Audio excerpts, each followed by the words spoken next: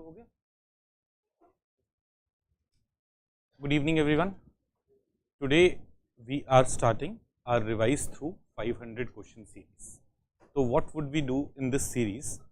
Over the next 30 days, we would ensure that through 3000 questions, we are revising entire syllabus for UPSC Civil Services Preliminary Examination. We will solve it live on YouTube.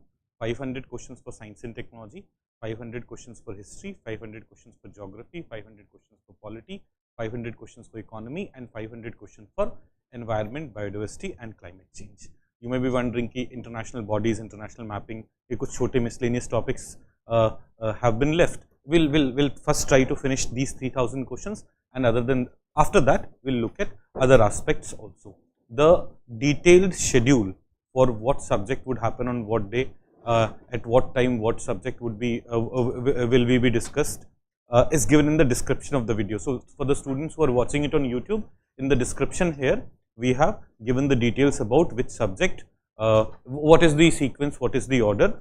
For Science and Technology, I have also provided the order of the topics in which we will be covering something.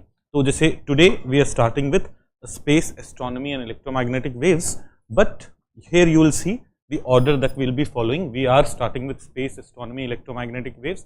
In second set, we will get nuclear science and technology, biology basics, biotechnology. In third set, we will do health, computer and IT. Fourth set, mein electronics, robotics, nanotech. And finally, we will have miscellaneous CA updates of physics, chemistry, bio, defense, IPR, and other miscellaneous things. So what may happen is, sometimes when you are doing nuclear science and biology basics, like this will be the order. Sometimes this may happen that biotechnology get covered on the third day, or let's say electronics get covered in the second day, third day only. This may happen, but this is the order that we will be following. So if you are revising things, you revise it in this particular order. Okay. Now, for students who are watching, for students who are doing it offline, you have printed question paper with you.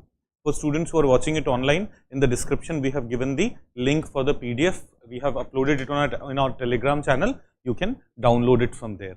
Here, I am also trying to ensure that most important PYQs are also getting covered. So today, in the space and astronomy section, there are around 20 PYQs and 110 non-PYQ questions that we will be discussing. So today, we plan to cover 130 questions. Some of those questions, these questions are factual, some of these questions are very conceptual. So what I am trying to ensure is, everything that we have studied in class, we are doing one question on those, so that if you have studied those things, you will be able to quickly revise, you will be able to understand that on what areas, in what ways can questions be asked from those topics. Okay, so without any further delay, let us start this. Abhishek sir का selection हो गया. हाँ, अभी forest service का result भी आया है. So a few of my students, Akash Kumar, आकाश कदम, अभिषेक, अभी इन लोगों के कॉल आ पाए थे, मैं इतने लोगों से बात कर पाया था. एंड ये RTFQ का टाइम आ गया. मेरे केस में यही होता है. Most of the time what happens is I'm taking classes, or just before class results come, and then I'm not able to speak to students right after the results. So it's going to take 3 hours. After 3 hours, I'll again start speaking to students who have cleared it. Now, so let's start with this thing.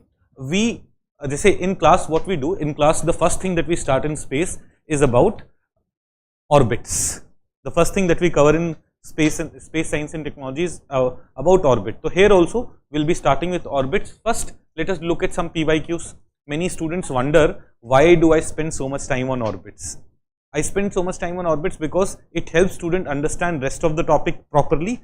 Also, UPSC in the past have asked questions related to orbits. So let's look at some of the questions first. Some of the PYQs. Question number 1. Consider the following statements. Here what we'll try to do is, we'll all try to answer it. So online students, when you are answering the question, please put the question number and then give your answer. Here we'll go sequentially. We'll start from you. आपका नाम क्या है? आकाश. आपका नाम भी आकाश है. इस बार there were 3 of my students whose names were Akash, and they were giving interviews. अभी forest का, and 2 of them have made it. Akash Kumar and Akash Kadam. So Akash is very lucky name in this sense. चलिए, question number 1. Akash, would you try to answer this? Consider the following statements. A geostationary satellite is at approximately height of 10,000 km and FM transmission of music is of very good quality because the atmospheric or man-made noises can do little harm to it. According to you, what is the answer? 1 is wrong. Akash says 1 is wrong. Okay. Give me the answer.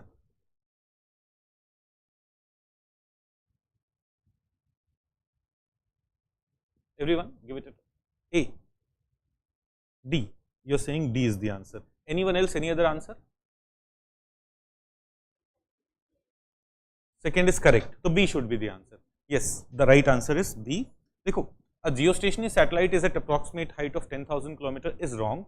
Geostationary satellite is at a height of 35,786 km or 36,000 km to be exact. First thing. Second, so that's why this is wrong. FM transmission of music is of very good quality because the atmospheric or man-made noises can do little harm. This is correct. See, when it comes to radio communication, we have two kinds of communication: amplitude modulation and frequency modulation. I guess we have covered both of these in class. Amplitude modulation mein we make changes in the amplitude. Like if this is my original carrier wave, and if I have to send information on this wave, I'll make changes in the amplitude. That is, if I have to send 1, I'll increase the amplitude. If I have to send 0, I will decrease the amplitude. This is amplitude modulation. Whereas in frequency modulation, what we do? We make changes in the frequency. In frequency, if I have to send, let's say 1, I'll send high frequency. So if I have to send 0, I'll send low frequency.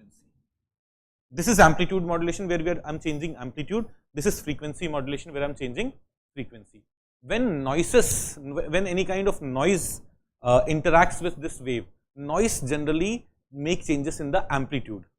Frequency changes is not that easy, and therefore frequency modulation addition of noise becomes difficult, and frequency modulation signals are much clearer. If you would have noticed in places where FM channels go, FM channels the music quality is much more clearer when compared to AM channels, because AM channels get impacted by noise more when compared to FM channels.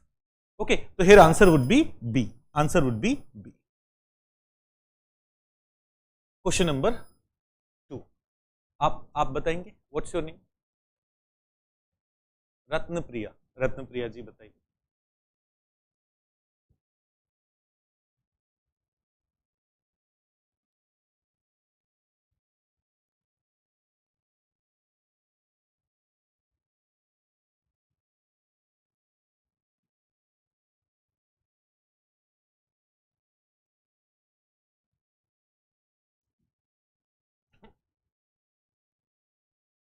No? Anyone else? Anyone else? A. देखो, when it comes to geosynchronous orbit, geostationary orbit, here the question is, what is the condition required for geostationary orbit? 1, the geostationary orbit is a type of geosynchronous orbit. So it should be satisfying all the condition of being geosynchronous. It should be geosynchronous. We have studied these orbits. We have seen that the geosynchronous orbit is circular. Geosynchronous orbit is at a height of 35786 kilometers, and that's why this is wrong. Altitude 22,236 kilometer is wrong. What is the height? 35786 kilometer. देखो पहले भी पूछा है. It's not like they haven't asked this before. We just saw a previous question where they spoke about the height of geostationary or geosynchronous orbit. So this would be wrong. This is correct. It is circular. The orbit lies above the Earth's equator. This is a special condition for geosynchronous to be geostationary. Geostationary is a type of geosynchronous orbit, but that type where the orbit lies exactly above equator, where the angle of inclination with the equator is 0, right? So 1, 2, 3 are correct. 4 is wrong. In fact, अगर 4 पे यहाँ पे ये हो जाता, if 4 was this miles, then it would have been correct. 22236 into 1.6. 1 mile is 1.6 kilometer. So 22236 into 1.6. When you will do this, you will go to around 35,000 kilometers, and this would have been correct. So they have just replaced miles by kilometer to make it wrong. Got it? Okay. So what is the answer? A is the answer. Question number 3. Who will try to answer this? Anyone? You will answer it? Rahul, bataiye. An artificial satellite orbiting around the earth does not fall down. This is because it, what is your answer? D. It provides necessary acceleration for its motion. देखो,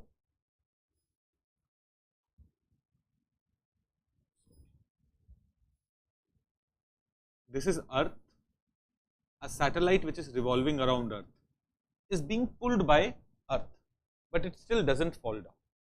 Why? Because what happens is, let's say satellite has this horizontal motion, the Earth's pull gives it a bend in this direction so that it remains in a circular orbit. So its velocity, though in a circular orbit speed doesn't changes, though in a circular orbit speed doesn't change, but velocity keeps on changing, because velocity, along with velocity, direction is also associated, and we keep on seeing direction is changing. So force is giving it the acceleration, the change in velocity.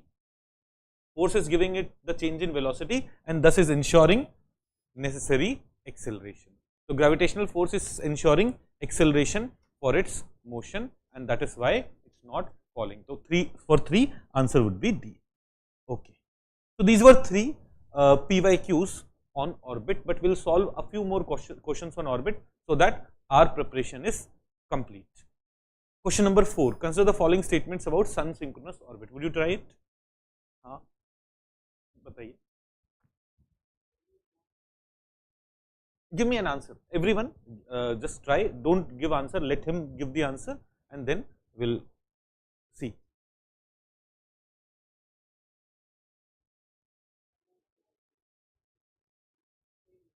A is the answer.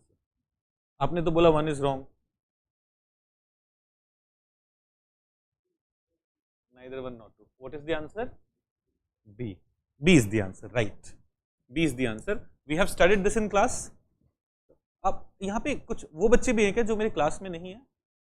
अब अच्छा, you are neither part of current affairs nor PMP. How did you come here?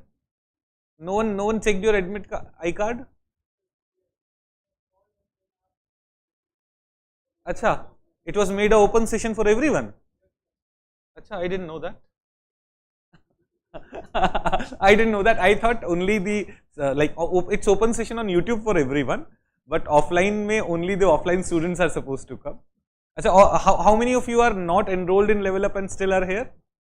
I'm not going to do anything. I just want to know. Okay, that is why you're not able to answer it, because these are some basic questions. You're also someone who has, okay, you're coming here for the first time. Okay, fine, no problem. aa gaye ho to karo. So what were we talking about? Consider the following statements about sun synchronous polar orbit. Sun synchronous polar orbit is not geosynchronous, it is sun synchronous. Come on, geosynchronous is different. Geosynchronous ke liye the height has to be at 35,786 km. Sun synchronous polar orbit is in low earth orbit, is a low earth orbit, and we had seen that for sun synchronous is only possible around oblate planets, where around equator there is some extra mass. So those planets are planets like Earth, planets like Mars. It's not possible around Venus, which is pretty spherical. If it is not oblate, so it's only possible around oblate planet like Earth is correct. So B is the answer here. Okay. Now let's go to question number 5. Question number 5. Will you try it? आप try करेंगे? निखिल नाम है आपका?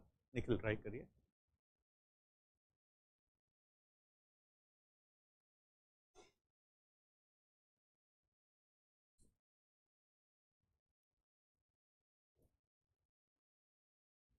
See, a satellite in circular orbit travels with uniform speed. A satellite in elliptical orbit changes its speed as it moves in its orbit. Yes, right. देखो,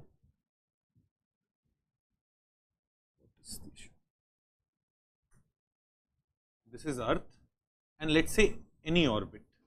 At any point, the speed of the satellite is under root gm by r. So if you are in circular orbit, what would happen? R would remain same, and your speed would remain same. Velocity will keep changing. Velocity is associated with direction also, but speed would remain same, right? But if you are in an elliptical orbit, when you are in an elliptical orbit. This is Earth, and when you are in this kind of elliptical orbit, your r keeps on changing at every point, your speed will also keeps on changing. When you are very far away from Earth, your speed would be much smaller. When you are very close to Earth, your speed would be much higher. Right? Are we getting it? So what is the answer? C is the answer. Both are correct. C is the answer. Question number 5, C is the answer. Let's go to question number 6. Question number 6. आप बताएंगे आराम से read करके.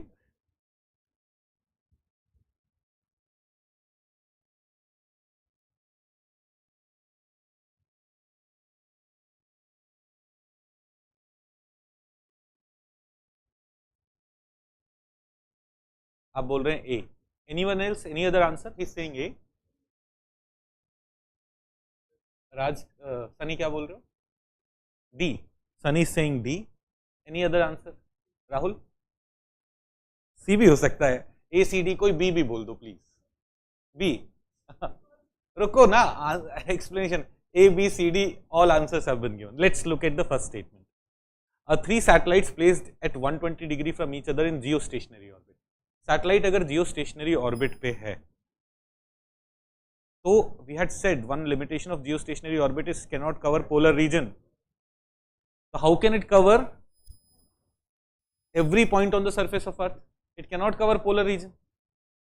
3 satellites in geostationary orbit can cover almost the entire Earth except the polar region. We have studied it in class. Let's say this is our Earth, and let's say we are looking at it from the top. Let's say we are looking at Earth from the top. This is North Pole, and on the other side we have South Pole, and this is the outer part is equator. Outer part is equator. If we place 3 satellites here, here, and here, 120 degree angles पे, so it's covering almost the entire Earth except the polar region, because Earth is geoid. The satellite in geostationary orbit is not able to come in line of sight of the North Pole and South Pole. So A is wrong. Let's come to 1 is wrong.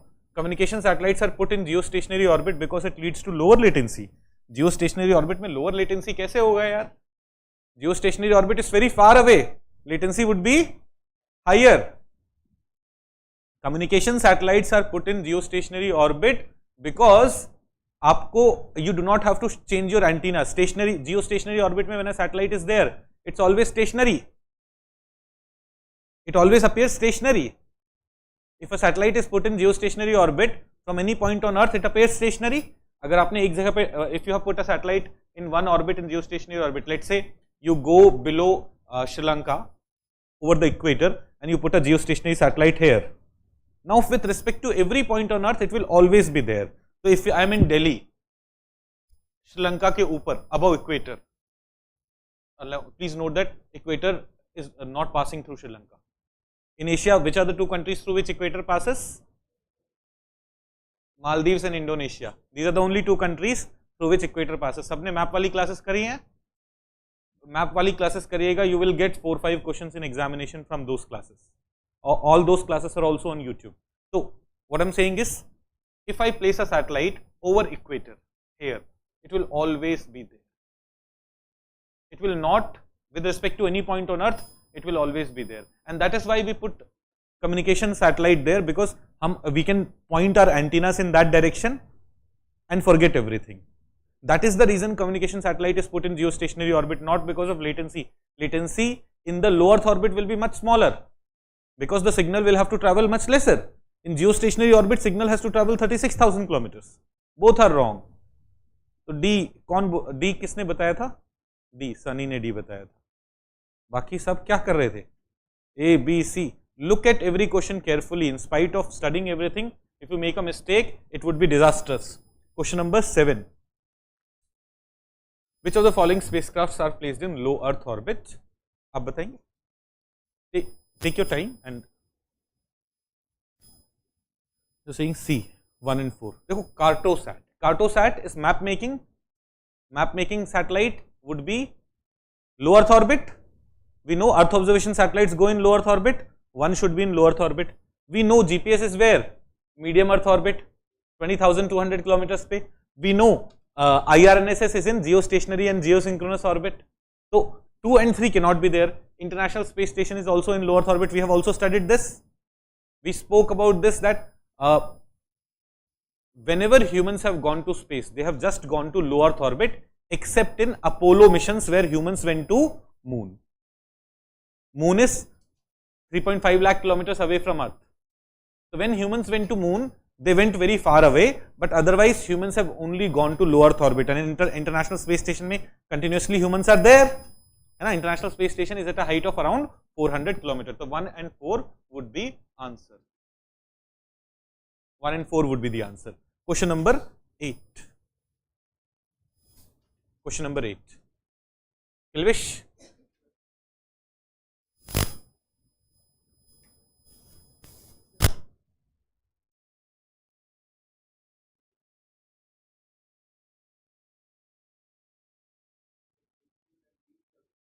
D कर दूं. Kilvish says D. Rahul मुंह छिपा छिपा के तुम्हें answer बताने की कोशिश कर रहा है. D. Okay. Kilvish says D. Any other answer, guys? B. You're saying 2 is incorrect.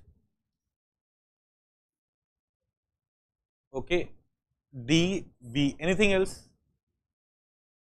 No? Let's see. Geostationary transfer orbit. Dekho, what was geostationary transfer orbit? This is Earth. This is a circular orbit in low Earth orbit. This is my geostationary orbit. And transfer orbit was what? Up low, small orbit से large orbit में, when you use a elliptical orbit to transfer there.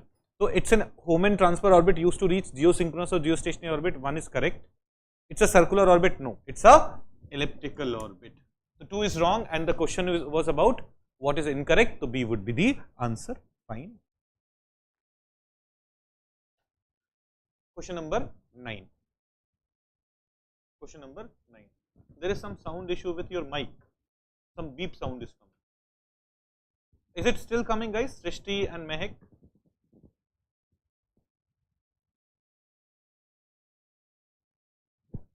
Choubey ji saying sir PMP की classes भी YouTube पे upload कर दीजिए.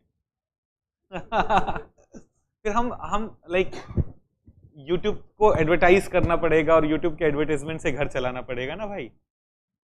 Tell me, online students, is it still like, is my voice clear or is there still a problem?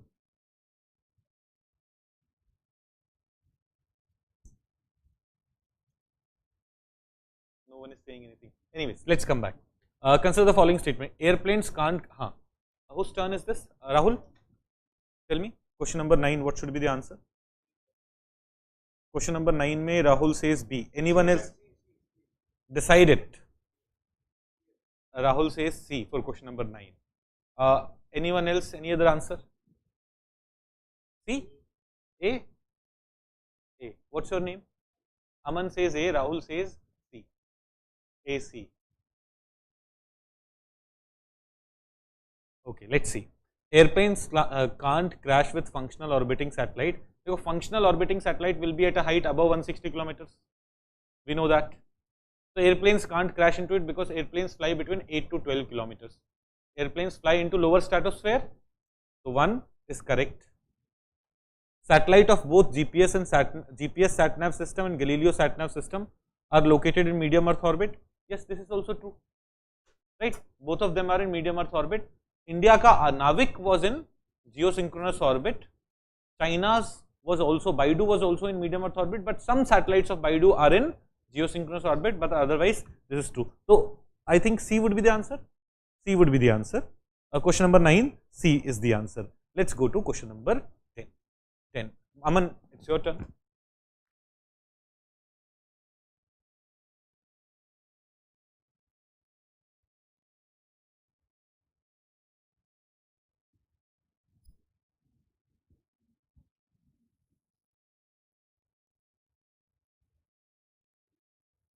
Aman says B.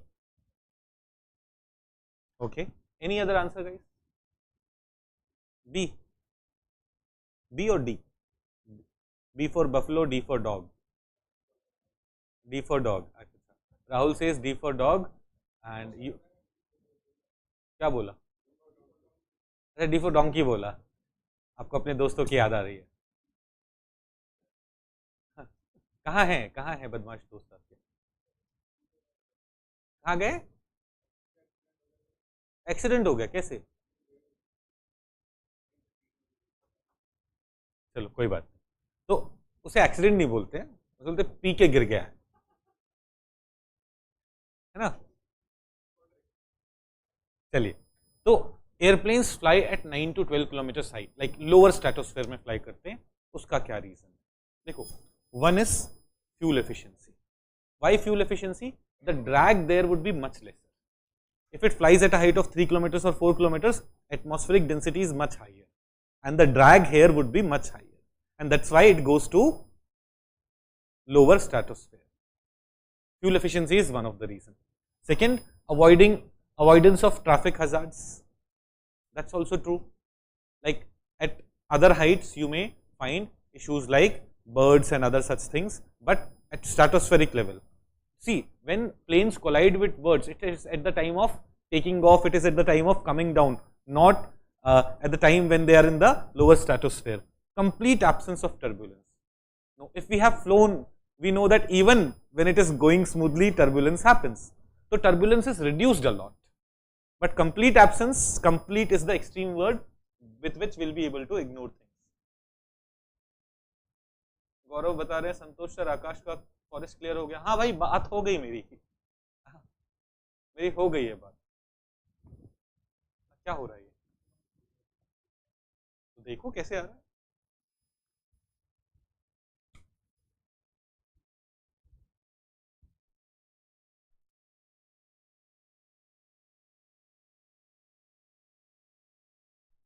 करके switch on कर दिया. अब नहीं आएगा. ये विंडोज का ही है क्या? पहले माइक्रोसॉफ्ट विंडोज होते थे ना, तो you switched it off, you switched it on and it worked. They have done something like this. गोली देते हैं मेरी technical team. Let's come back. हाँ, तो what is the answer? 1 and 2 is the answer. Answer should be B. Question number 10 answer should be B. Let's go to question number 11. Question number 11, your turn. What's your name बेटा? आप भी पहली बार मेरी class में आइए.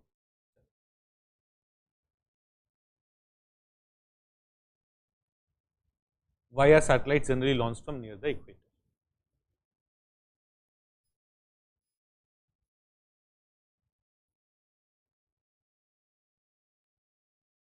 See, both are correct, right? We have all studied it.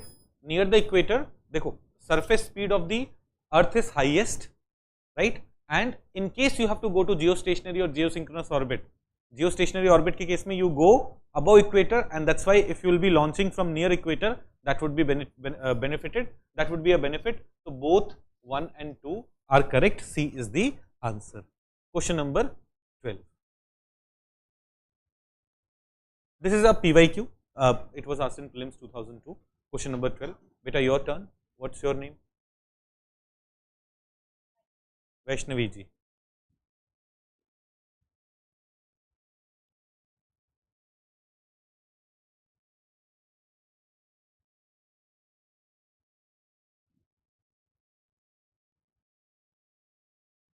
Sorry? B. B, buffalo, yes. Okay, any other answer, guys? D. D. Okay. So, first of all, 1 is wrong. A is wrong. Artificial satellites are always launched from Earth in the eastward direction is definitely wrong. Most of the satellites we launch in the eastward direction. Let's say, for example, if you come in case of India, we launch our satellites from Sriharikota in this direction. That's true. Most of the time we launch it in the eastward direction, but in some cases that's not. All यहाँ पे what is the term used? Artificial satellites are always launched from Earth in the eastward direction. Take the case of Israel. On the east of Israel, we have West Asian countries. If Israel launches a satellite and something goes wrong, it will fall on Saudi Arabia. They'll unnecessarily fight. So Israel goes to get its satellite launched from US or Europe. But in case of spy satellites, Israel will not go to US, Israel will not go to Europe. What it will do? It will launch satellite in this direction. It will not get the benefit of Earth's surface speed. Fine, it will burn more fuel for launching the satellite. But spy satellite, it would launch in the which direction? It would launch it in the west direction. And that is why this is wrong. Now, if you look at books which have discussed PYQs, they've all made it right, but it is definitely wrong. I'll give you name of the satellites which are launched in the westward direction. Okay, in fact, I think in class we have discussed it. जैसे एक OFEC satellite series है, which is the reconnaissance satellite of Israel. It's launched in the western direction. So A is for sure is wrong. So if A is wrong, you're left with only C. Sorry, you're left with only D. Now let's understand why. 2 is correct. The Earth rotates from west to east, and so the satellite retains escape velocity. That is true, right?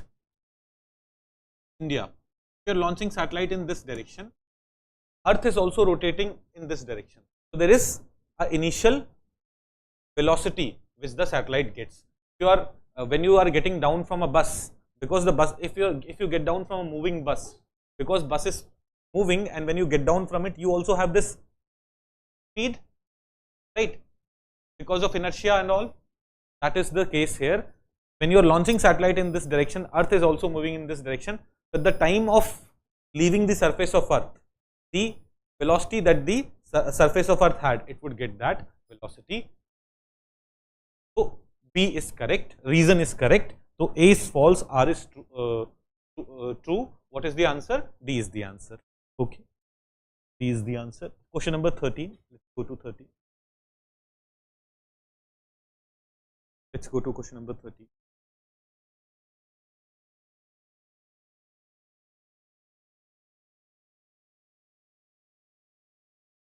Tumba Equatorial Rocket Launching. We have 3 rocket launching stations. Tumba, Sriharikota, and recently another one has been inaugurated in February. We'll make some questions on, we'll do some questions on all 3 of them. Let us start with Tumba.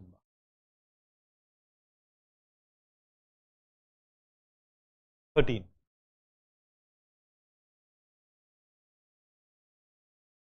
ये change करवा दो. 13. Give me the answer for 13. Who's going to answer it? Vaishnavi's friend. What's your name? Himaji.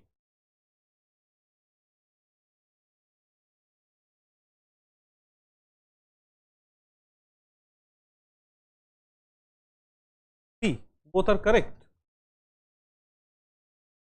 A is the answer. A is the answer. It's located very close to Earth's magnetic equator, not South Pole. Dekho, if this is Earth, Earth's magnetic field, the South Pole is here, North Pole is here. Earth ka magnet ka jo South Pole is on this side, North Pole is on. Earth ka North Pole is on this side, but magnet ka North Pole is here. And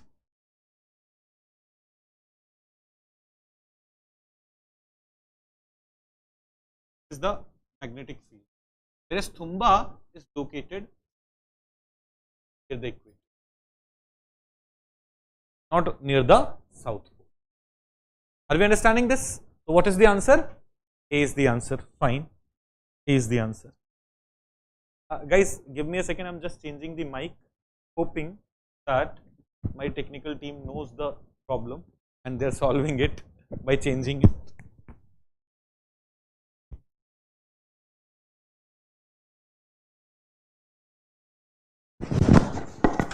problem mic पे नहीं है, mic पे मुझे तो इन लोगों को भी disturbance होता ना.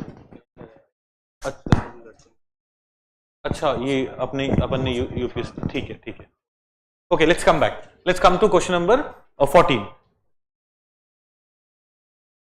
Consider the following statements: stronger and more direct sunlight, simpler upper atmospheric circulation pattern, ease in studying equatorial electrojets. How many of the above are advantages of choosing a rocket launch pad in Thumba, Thiruvananthapuram? Why did we choose Thumba as our rocket launching station initially? Which of the following is a reason for it? Up, it's your turn now. Yes, they're done. Your turn.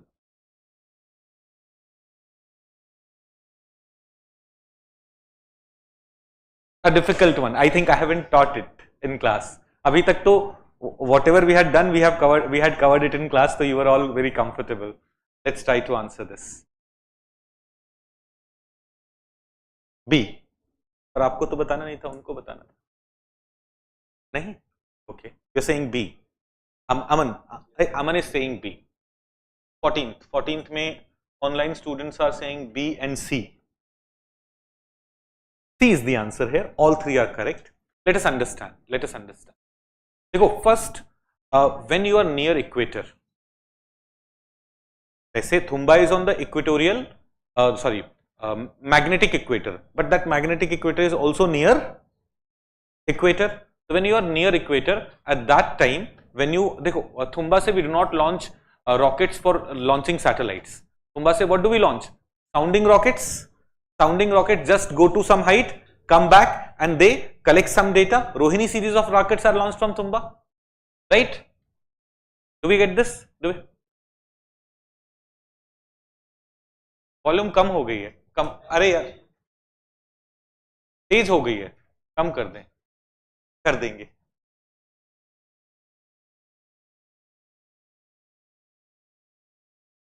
Ajay, volume तेज हो गई है class में, इसे कम कर दो.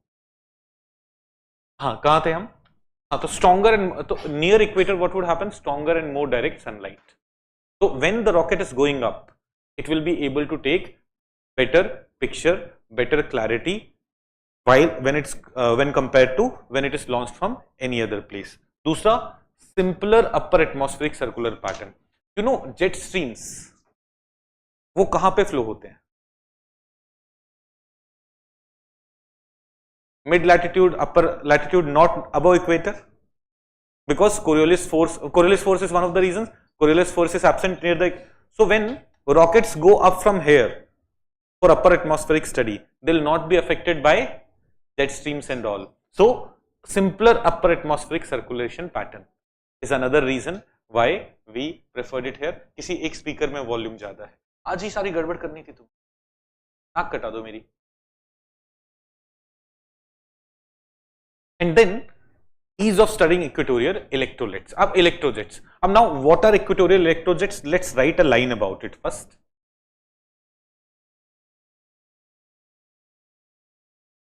The equatorial electrojet is a narrow ribbon of current flowing eastward.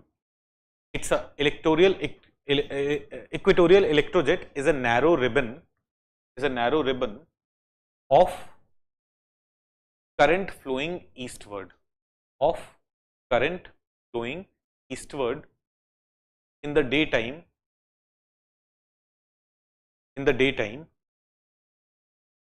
in the equatorial region of Earth's ionosphere. In the equatorial region of Earth's ionosphere. In the equatorial region of Earth's ionosphere.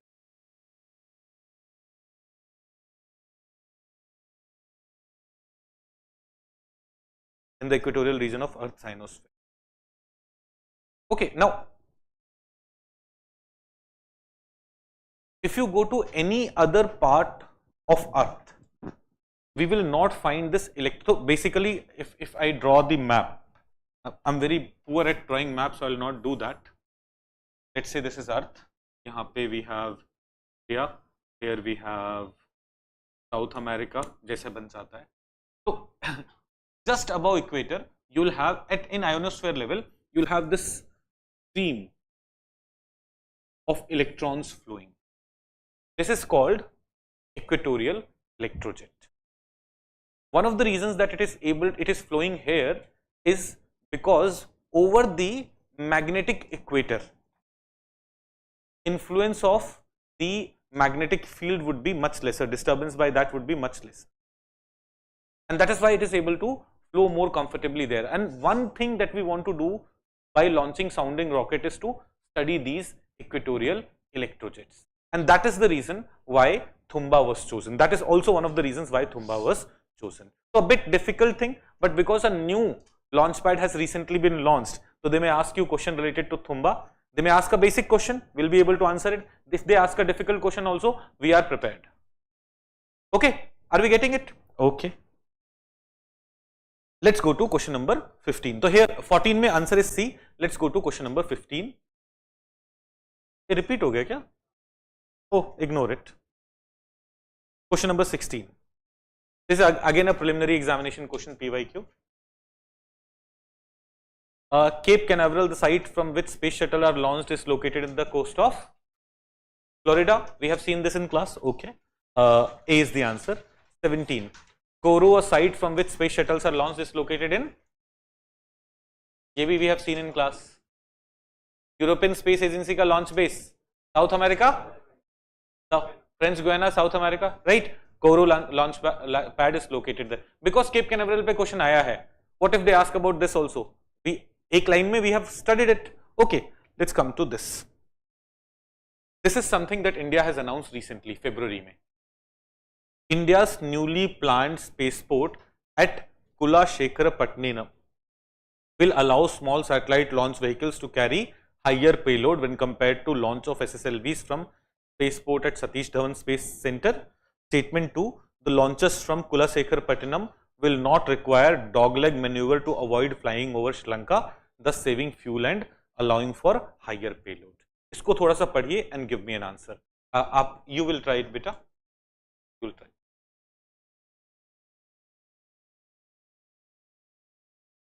Neelam is asking a good question. Before we go ahead, he's saying, sir, is Thumba a spaceport? Don't we only have one spaceport right now, जो श्रीहरिकोटा में है? देखो, Thumba से we launch rockets, though they are sounding rockets, and those sounding rockets sometimes also go to a height of 200 kilometers or 300 kilometers, and thus they go into space. So we can still call it spaceport, though we do not launch any satellite from there. Are we getting it? Abhi recently newspapers said that India's second spaceport is getting set up at Kulasekharapatnam. According to that understanding, Sriharikota is the first spaceport, and this is the second spaceport, or not Thumba, because from Thumba we don't launch satellite, but we can call it a spaceport. It's the interpretation that the person who wrote that article was making. Thumba is also a spaceport, and these two are also spaceports. So look at these two statements and give me an answer. A, according to you, A is the answer. Yes, A is the answer. Let's explain this a bit. Dekho, what happens is, right now, here we have Sriharikota located, and here we have Sri Lanka. Sriharikota thoda idhar. When we launch a satellite from Sriharikota, especially in sun synchronous polar orbit, the polar orbit mein when we launch satellite, so polar orbit mein satellite would go like this. When we launch a satellite, it may actually need to go over Sri Lanka, and that's dangerous. If something goes wrong, it will fall on Sri Lanka. So what rockets do? Rockets first go a bit in this direction, then they take the sharp turn. This is known as dogleg maneuver. This is what rockets do. So when a big rocket was doing it, a very small percentage of their fuel was getting wasted in this dogleg maneuver. But now we have smaller rockets like SSLVs. SSLVs are smaller rockets, and when they do this, because they are carrying very less fuel, when they do this maneuver, a much larger part of their fuel gets wasted in this maneuver. So what we have done now, Kulasekharapatnam is located somewhere here in Tuticorin district, and from here, when you will launch something in the polar region, in the polar orbit, you will not have to worry about going over Colombo and creating problems there. So here we will not need dogleg maneuver, and therefore SSLVs in the same amount of fuel, they will be able to carry more payload because they will not need to waste their fuel for this dogleg maneuver. So recently we have created a new port where at Kulasekharapatnam, Sriharikota was located in Andhra Pradesh, Kulashekharpattinam is located in Tamil Nadu. Various places were being explored. Kulashekharpattinam was something that was explored earliest, but recently Gujarat में कोई जगह देखने की भी कोशिश करी गई थी, but eventually no suitable place was found, and this was the place that was decided because of its various advantages. Are we understanding? So both statement 1 and statement 2 are true, and statement 1 is the correct explanation for statement 2. We'll just look at this question and tell me if you people are sure about this. क्या सबको समझ में आया है?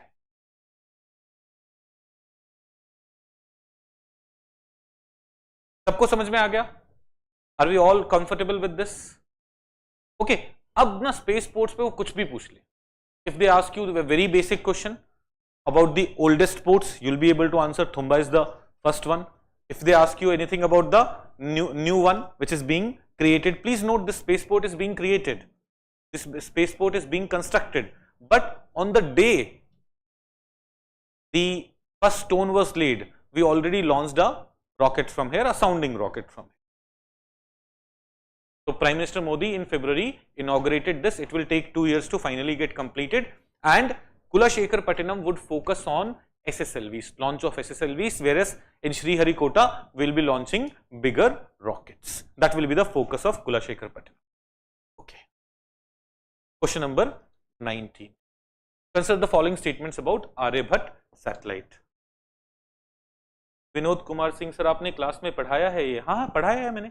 अभी जो current updates दिए थे after teaching science, I think current affairs booklet 2, current affairs का सेकंड अपडेट या थर्ड अपडेट में I have taught Kulashekharpattinam in greater detail with maps and everything.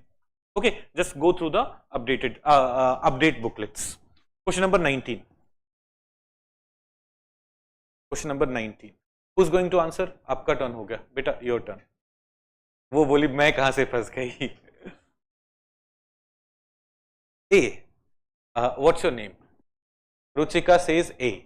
Anyone else? Any other answer? What's your name? Abhinav, what's your answer? D. Abhinav says D. A and D. Anything else? Bharti? D. Bharti also says D. Yes, the answer is D. First thing देखो, Aryabhat is something that we all know was India's first satellite. India अपना पहला satellite launch कर रहा है. उस time we will not have rockets to launch that. It was not launch from Sriharikota. It was first satellite which was launched with the help of Russia. Satellite was our own. Satellite was our own, not the rocket. Okay, so it was launched in 1975 from a Soviet rocket, Cosmos 3M. Rocket का नाम था Cosmos 3M, not from India. इतना याद रखने की जरूरत नहीं, but you have to understand some basic thing कि first Aryabhata is first satellite, everyone knows that, but it was not launched from India. It was India's first communication satellite. देखो, पहला satellite will not be communication satellite. First satellite, you will try to launch a basic one which will be Earth observation one. Aryabhat was a Earth observation satellite. Answer is D. Abhinav is right. Answer is D. But Abhinav, you have to answer this question. Question number 20. Are you one of my students, Abhinav? हो ना? फिर तो easily होना चाहिए ना. नाक मत कटाओ मेरी.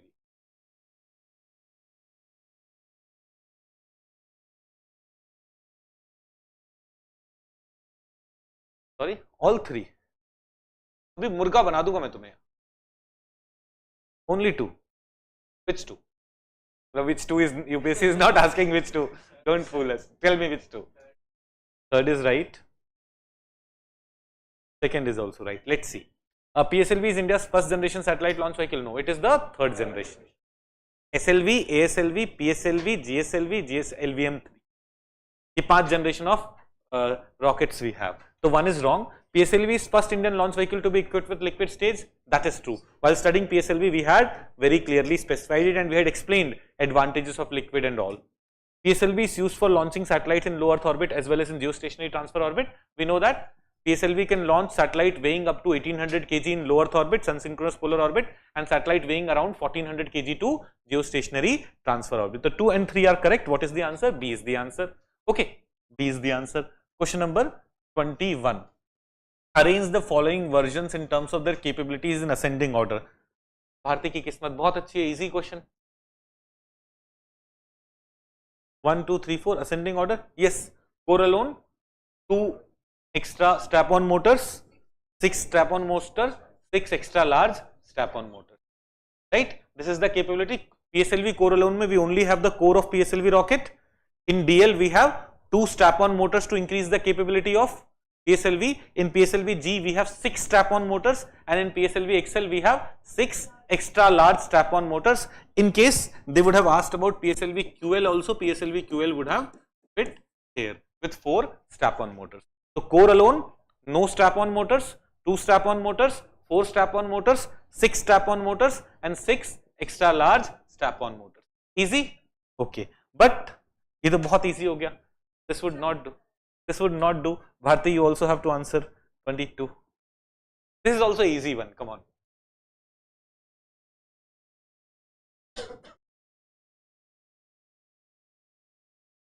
(21) A. PSLV has 4-stage engine, fine. It has an expandable engine, fine. Third stage of PSLV is cryogenic. No, third stage is not cryogenic. Third stage is liquid. Solid, liquid, solid. No, third stage is solid. Solid, liquid, solid, liquid. That is PSLV के stages. Right. So 1 and 2, A. 22 का A is the answer. Okay. 23. 23 is again a PYQ. Next person, ये भी कोई नया बच्चा है. जगाओ. What's your name?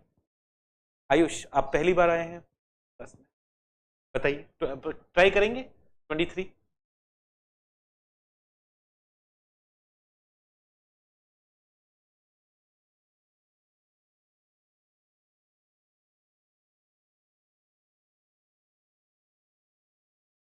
A. देखते हैं. PSLVs launch the satellite used for Earth observation. GSLVs are designed mainly to launch communication satellite. That's true. PSLV was designed primarily for SSPO launches. That's why it is called Polar Satellite Launch Vehicle, because it was launching primarily satellite in sun synchronous polar orbit. But please note, it can also launch satellite in GTO. But in general, this statement is true. GSLV was designed for launching communication satellites. Satellites launched by PSLV appear to remain permanently fixed. No. Permanently fixed सिर्फ geostationary satellite रहता है. PSLV can launch geostationary satellite, but it launches several other types of satellites also, and they are not permanently fixed. So 2 is wrong. GSLV Mark 3 is 4 stage. No, GSLV Mark 3 is 3 stage. 3 is also wrong. So only 1 is correct. A is the answer. Ayush, A आपने बोला था. Nice.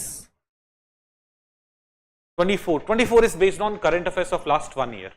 Okay. Ayush के पीछे कौन बैठा है? आपका नाम क्या? निखिल. निखिल यहाँ भी है, निखिल वहां भी है. बताइए Nikhil. 24. This is a factual question, but a fact of last 1 year launches. हमें सारे facts याद नहीं रखने हैं, but what launches have taken place in last 1 year? Because UPSC has been asking these pair type of questions recently. We never know what they will do this year.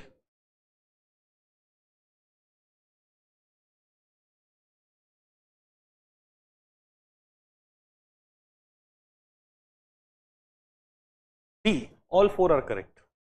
देखो, PSLV C58 is the latest launch of PSLV, which is the 60th launch of PSLV, and Exposat. I think January 1st या January 2nd को Exposat गया था. We know that. उससे पहले वाला Aditya L1 था, which went in September. Aditya L1 reached there much later. Aditya L1 reached L1 much later, but it was launched in September.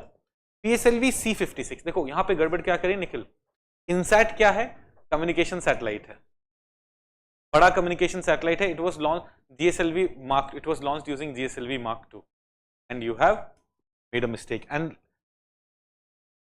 NISAR Mission. It was a Earth observation satellite of Singapore, which was launched by PSLV C50. ये थोड़ा factual हो गया. I agree, but it is factual thing of last 1 year. We cannot do this.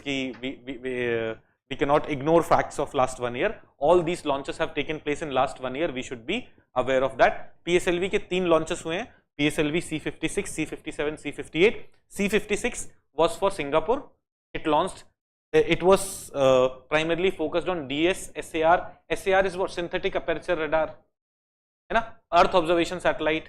इसके अलावा there were 6 other satellites of this only. तो PSLV C56 launched DSSAR mission, GSLV F14 launched INSAT 3DS. These two are wrong, 1 and 2 are correct, so only 2 pairs. B is the answer. We already have these things in your notes.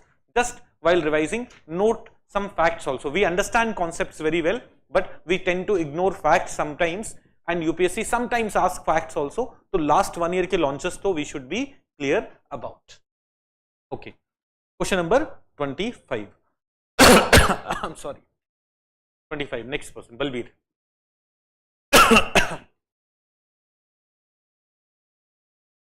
Solid fuel and solid fuel engines are suitable for very high specific impulse requirement.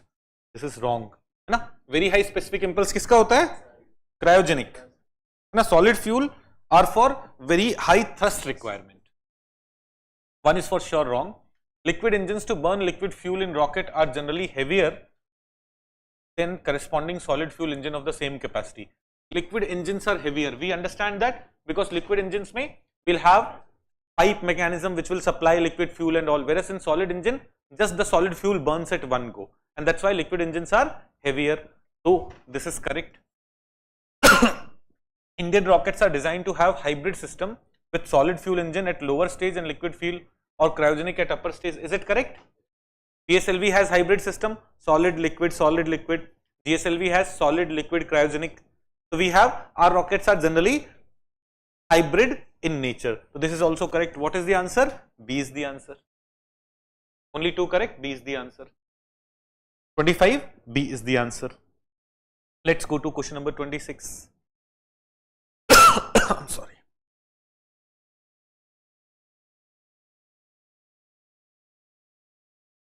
GSLV Mark 3 के अपन ने सारे launches देखे थे.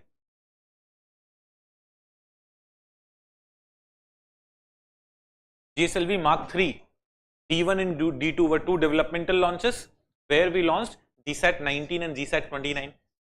Then GSLV Mark 3 M1, या जिसे हम बोलते हैं LVM 3 M1. It took Chandrayaan 2.0 in 2019. Then LVM 3 M2 and M3 किसके लिए थे? OneWeb. They launched 36 satellites weighing around 6,000 kg in low Earth orbit for a private company called OneWeb. This project was initiated by NSIL. This commercial project was brought by NSIL. Right? We have studied this. So it has been the only commercial mission of LVM3. That is wrong. At that time when it was launched, LVM3 M2 was launched, it was only commercial mission, but after that we have LVM3 M3 also, which was also a commercial project for OneWeb only, right? So one is wrong. It was the first multi-satellite mission of LVM3. Yes. देखो इससे पहले LVM3 कहाँ गया है, फिर से बताता हूं मैं. LVM3 is basically what? GSLV Mark 3, right? GSLV Mark 3 के सारे launches लिख देते हैं यहाँ पे. GSLV Mark 3, इसे हम LVM3 भी बोलते हैं. The same thing is called LVM3 also. Okay. इसके so far we have had 6 launches. D1, D2, M1, M2, M3, M4. M2 and M4, sorry. M1, 2, M3 and M4. M1 and M4 are Chandrayaan 2.0 and Chandrayaan 3.0. LVM3 M1 and LVM3 M4 are Chandrayaan. तो उसमें एक ही Chandrayaan गया है. It's not a multi-satellite mission. D1 and D2 was for GSAT 19 and GSAT 29. So M1, M1 was Chandrayaan. M2 and M3 are the only missions of GSLV Mark 3 where 36 satellites and 36 satellites किसके? OneWeb के गए थे. OneWeb is a company whose 36 satellites were launched by one rocket. In which orbit were they launched? Low Earth orbit. What was the weight of total weight of all the satellites together? Around 6,000 kg. We know LVM in GTO it can carry 4,000 kg, but in low Earth orbit it can carry around 8,000 kg. So 6,000 kg satellite launch करना India में सिर्फ only one rocket could have done it, LVM-3 could have. Okay, so it has been the only commercial mission of LVM-3 is wrong. There are two commercial mission, LVM-3 M2 and LVM-3 M3.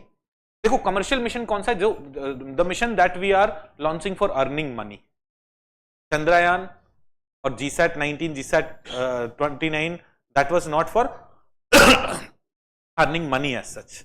But when we are launching satellites of a private company, when we are launching satellites for a foreign company, they'll give us money. That's a commercial program. So this was done for OneWeb, and that's why it was a commercial program. So it was the first multi-satellite mission of LVM-3. Yes, 36 satellites have gone, multi-satellite mission. LVM-3, sorry, did I make a mistake? I made a mistake. M1 was Chandrayaan, right? Chandrayaan was GSAT 29. Why did no one correct me? M2 was 36 OneWeb, M3 was 36 OneWeb, and M4 was Chandrayaan 3.0. Right. So coming back to, it was the first multi-satellite mission of LVM-3. LVM-3 M2, was it the first multi-satellite mission? Yes. It was the first launch of LVM-3 to low Earth orbit. Yes. इससे पहले LVM-3 कभी low Earth orbit में गया होगा? नहीं. It was the first Indian rocket with about 6 ton of payload. First Indian rocket to ever carry 6,000 kg of payload. No other rocket could have carried it. Only LVM-3 could have carried it, and this was the first one. Okay, so what is the answer? See, only first is wrong, statement 1 is wrong. Okay. LVM-3 M3 mission was used to launch satellite for which of the following companies? OneWeb, simple. 28. Consider the following statements about GSLV Mark III launch vehicle. The first experimental flight of GSLV Mark III took GSAT 19 to geostationary transfer orbit.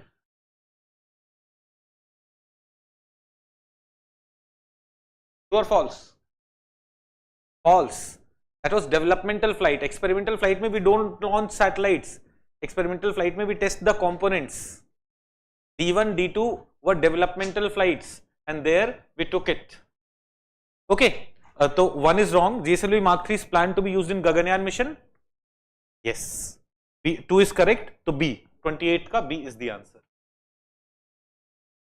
28 ka B is the answer. Let's go to 29. Consider the following statements about cryogenic engines.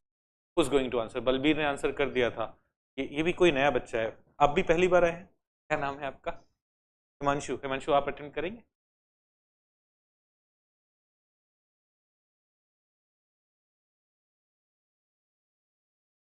A. Himanshu says A. Cryogenic engines provide higher specific impulse when compared to solid fuel engine. This is the main reason why we use cryogenic engine in upper stage. 1 is correct. PSLV, GSLV and sounding rockets all use cryogenic engine? No, only GSLV uses it. PSLV does not use it, sounding rocket does not use it. Right? So what is the answer? A is the answer. Himanshu said A is right. Let's go to question number 30. Next person.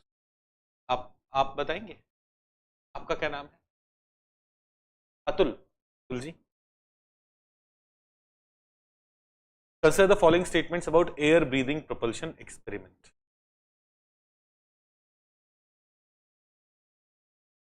B. B. Yes, answer would be B.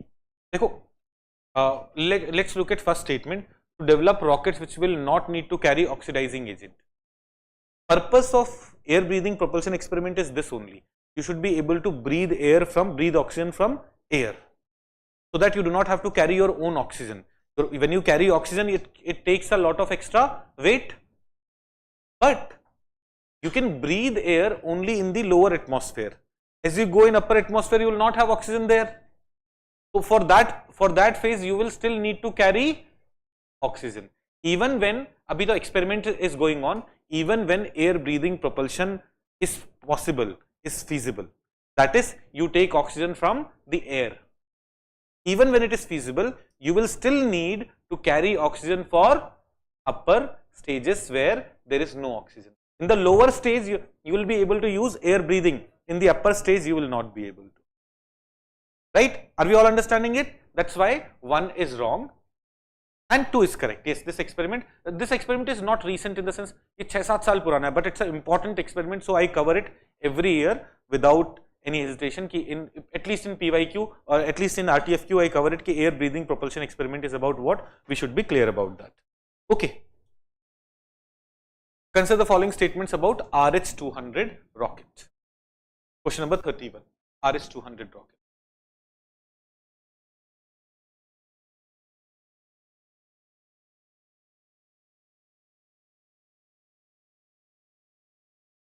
Who's going to answer it? Atul नहीं. अतुल के बाद कौन बैठे हैं? आपका क्या नाम है? दुष्यंत जी.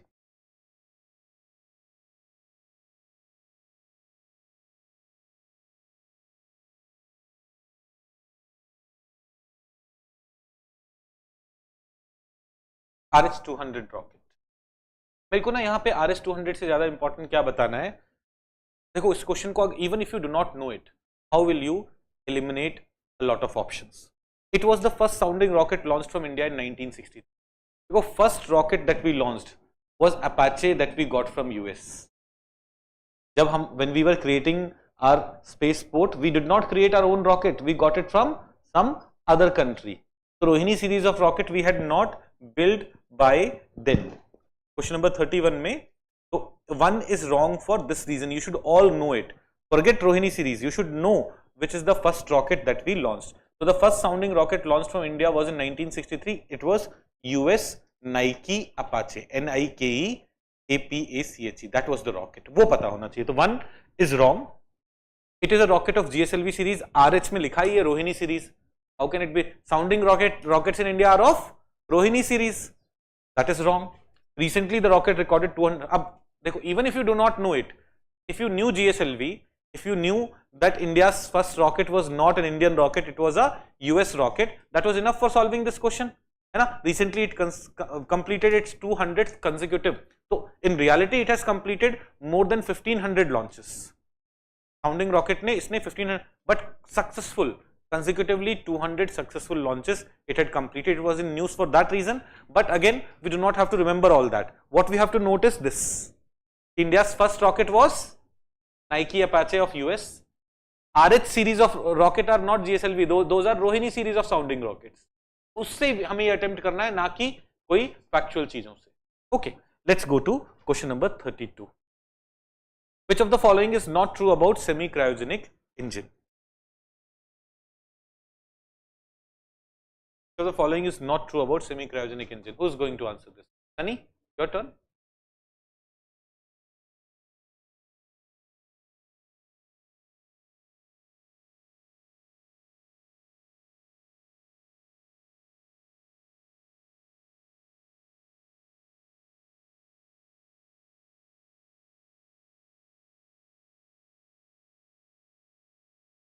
(32)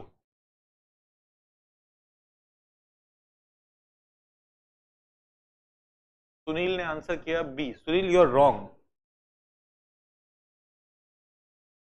नहीं, हाँ Sunil, you are wrong.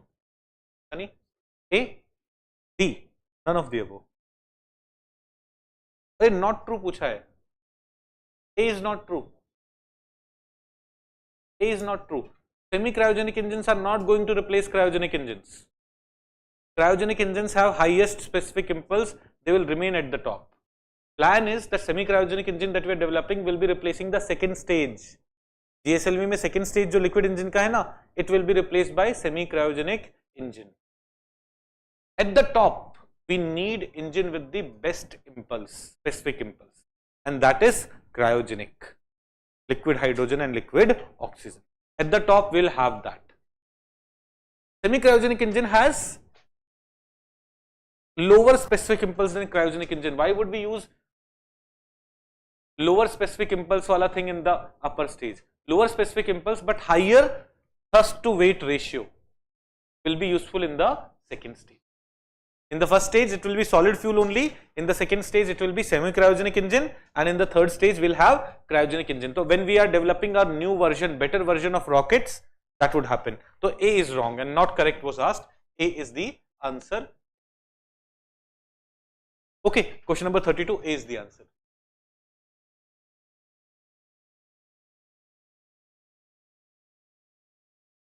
No, Rohini.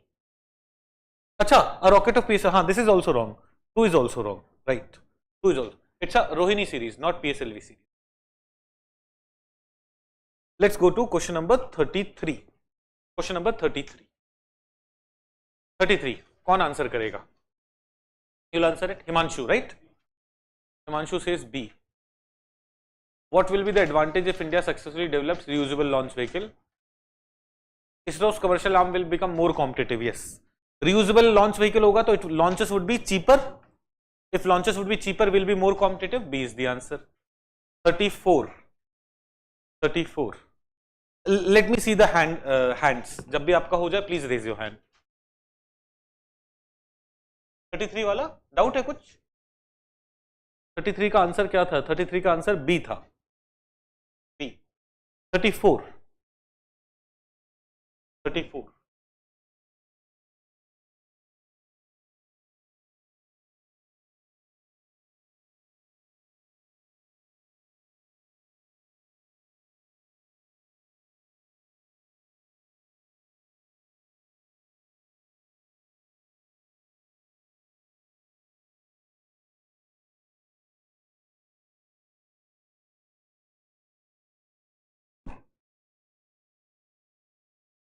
ना सन्नाटा क्यों है भाई?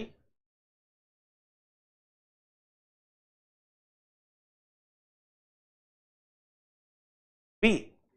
Be sure. कौन कौन से सही है? फर्स्ट तो साउंडिंग रॉकेट 2 स्टेज है, ये तो 3 स्टेज ही है. B is the answer. B. 1 and 2 are correct. 1 and 2 are correct. Now let us look at it. Let us look at it and understand. Let us look at it and understand. First, SSLV is the smallest satellite launch vehicle of India's ISRO. SSLV, you may say कि sir sounding rockets भी तो इससे छोटे. Sounding rockets are not satellite launch vehicle. They are rockets, but they cannot launch satellites. वो तो अब use में नहीं है ना. अभी GSLV, PSLV and SSLV. These are the families that we have. Okay, R, which is the smallest satellite launch vehicle right now. SSLV is the smallest satellite launch vehicle. 1 is correct. It uses 3 solid base stages and a liquid fuel based velocity trimming module. I had very specifically emphasized on this in class. I had said, note it carefully. In upper stage, generally what do we want? We want liquid engine so that we'll be able to control things. We'll have maneuverability. But here we only have solid stages. All 3 stages are solid. But at the end, we have a velocity trimming module which is liquid. I had focused on this. 1 and 2 are correct. Whereas if you go to 3, it will reduce India's dependency on foreign countries in launch of large communication. SSLV is not for large communication satellites. SSLV is for smaller satellites. So 3 is definitely wrong. Right? Both the developmental flights of SSLV were complete success. No. First one was partial success. It was not able to launch the satellite. SSLV D1 may 3 stages worked properly, but it was not able to launch the satellite. It was a failure that happened in 2022. D2 that happened in 2023 was a success. So both developmental flights have not been a success in SSLV. Second developmental flight have been a complete success. ठीक है, दोनों aspects, थोड़े concepts, थोड़े facts, we should be clear about it. What is the answer? Only 2. B, only 2. Now, someone may have made 1 and 4 correct and still marked B only 2 correct and would have got the answer right, but we should also know which one is exactly correct. Let's go to 35. Let's go to question number 30.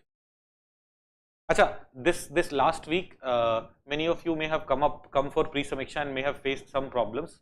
You will not face those problems this week. We are ensuring that we'll have more number of slots in every slot, less number of students, and you would see that in this classroom we have installed more air conditioners also. In the other classroom also we have installed more air conditioners, ensuring that none of you would face any challenge, any issue this weekend.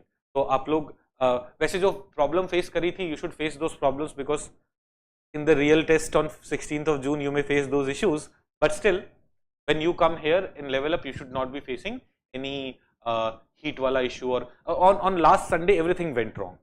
Everything that could go wrong went wrong. First, we had more than expected number of students in the first slot only. Then, power cut ke baad our generator faced problems. Generally, what happens? Power cut ho jata hai, so you switch on your generator. This time generator was also facing some issues. We have got everything streamlined now, and I think registrations have already been opened. First slot ke liye registration would get closed today only, because this time we have reduced the number of registration that may happen. But we have 3 slots, and even if those 3 slots get filled, we'll open a 4th slot. But in every slot, we'll have limited number of students, ensuring that every one of you, each one of you, is able to have a comfortable experience at level up IAS. Okay, so keep on, like, if you haven't registered it yet, registered for the pre-samiksha, do register it. We have it on both the days, on Sunday as well as on Monday, because we had to have more number of slots. That's why we had to open Monday also for that. Let's come to question number 35. ISRO has recently tested hybrid propulsion system for rockets. Which of the following is not true about it?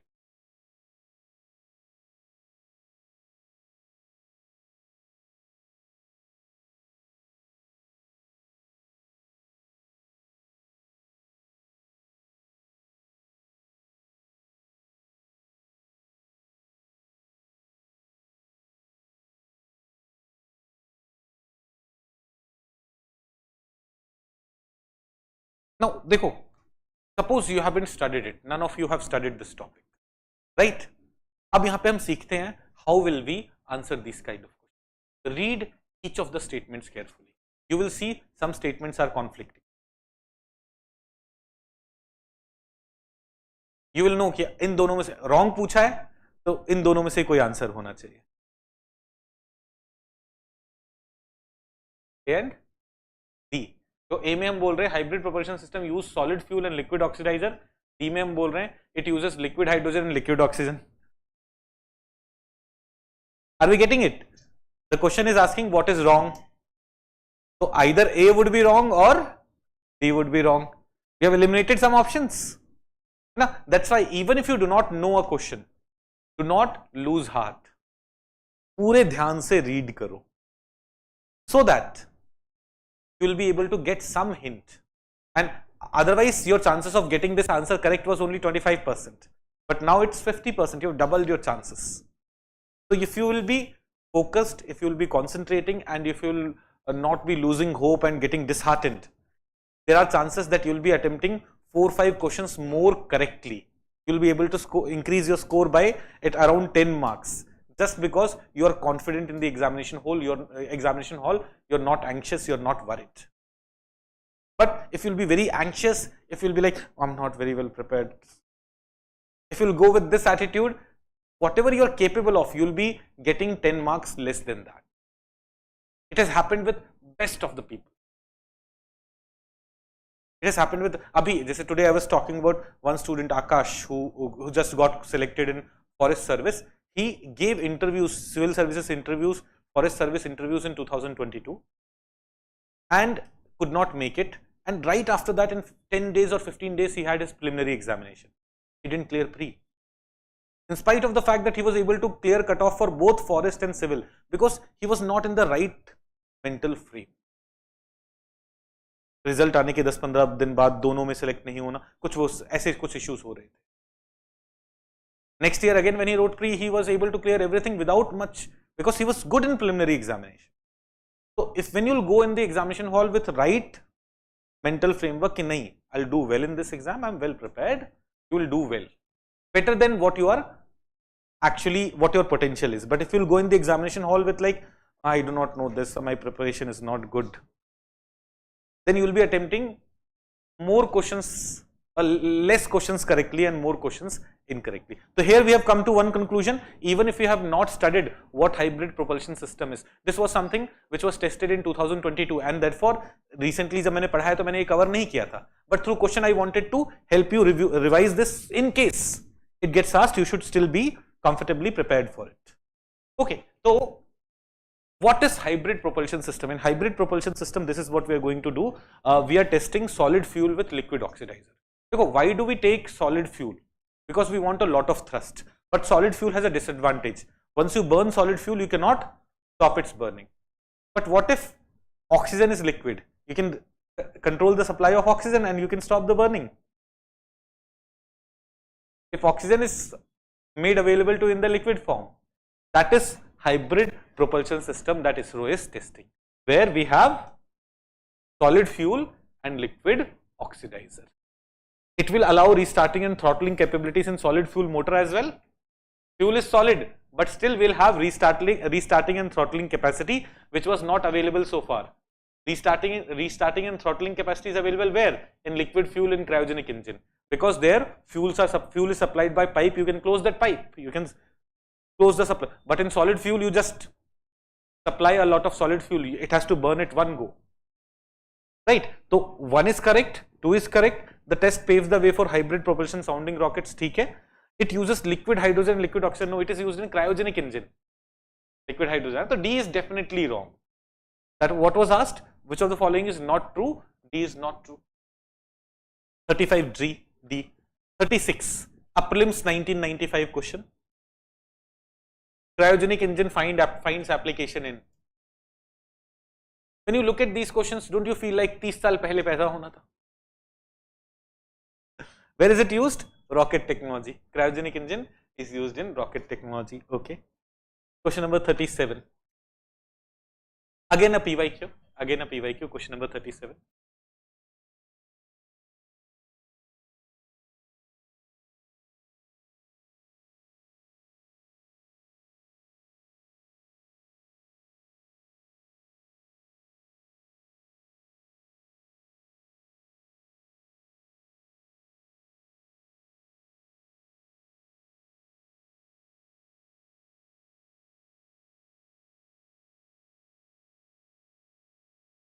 Who's going to answer this? 37. Online भी किसी ने answer नहीं किया अभी तक. No one? Yes, Himanshu says C. Anyone else? Any other answer? A is correct. देखो, jet engine uses the surrounding air for its oxygen, and that is why you cannot use jet engine in space. In space, you do not have supply of oxygen. You have to carry your own oxygen. A is correct. Everyone is sure about A is correct. Let's understand why B is wrong. Who carries oxygen in gas form? Oxygen gas form में लेके जाओगे कितना volume चाहिए होगा? You carry oxygen in liquid form in case you carry oxygen separately, right? That's why it is wrong. A rocket carries its own supply of oxygen in gas form. It is wrong. A form, not from form. Gas form. Right? जल्दी answer नहीं करना है. Read statements carefully. देखो, I have not made this question. This is a PYQ. Read statements carefully and then answer it. If you would have just read it carefully, you would have like, who takes oxygen in gas form? You will need to carry much larger and larger rockets, much bigger volumes, right? So what is the answer here? A is the answer. 37, A is the answer. 38.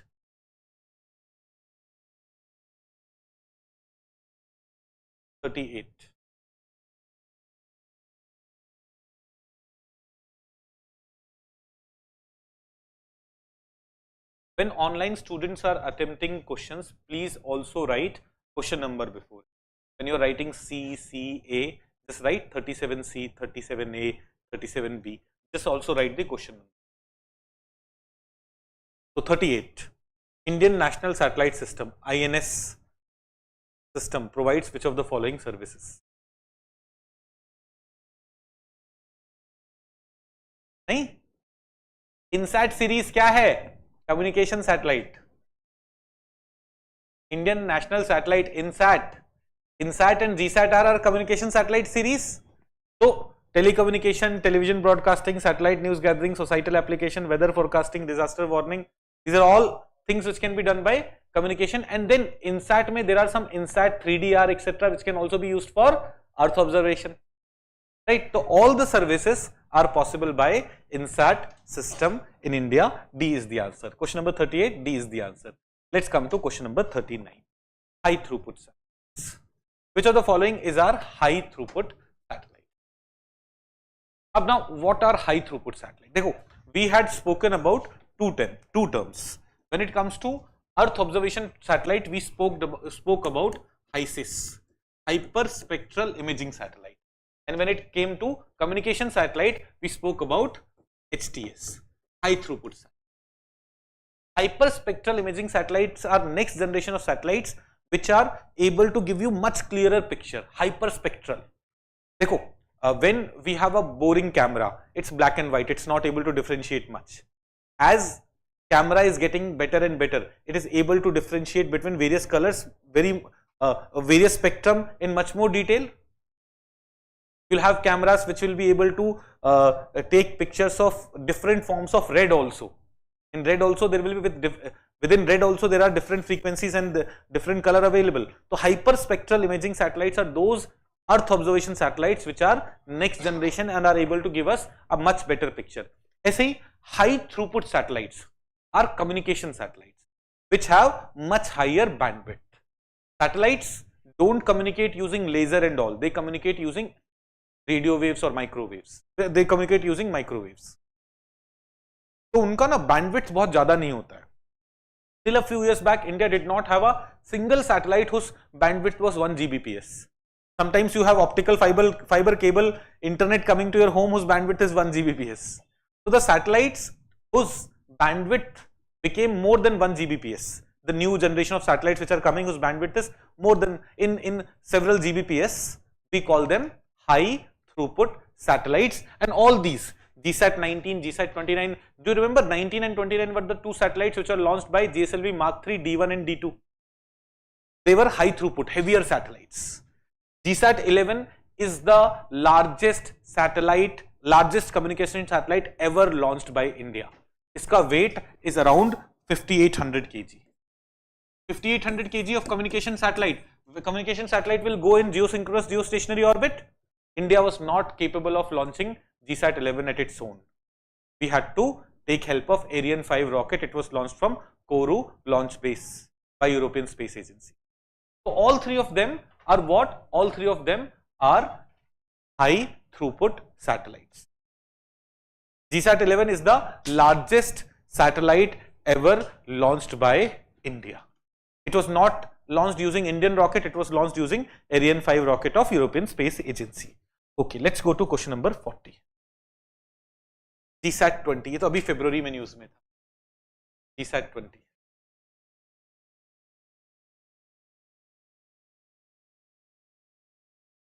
Question number 40.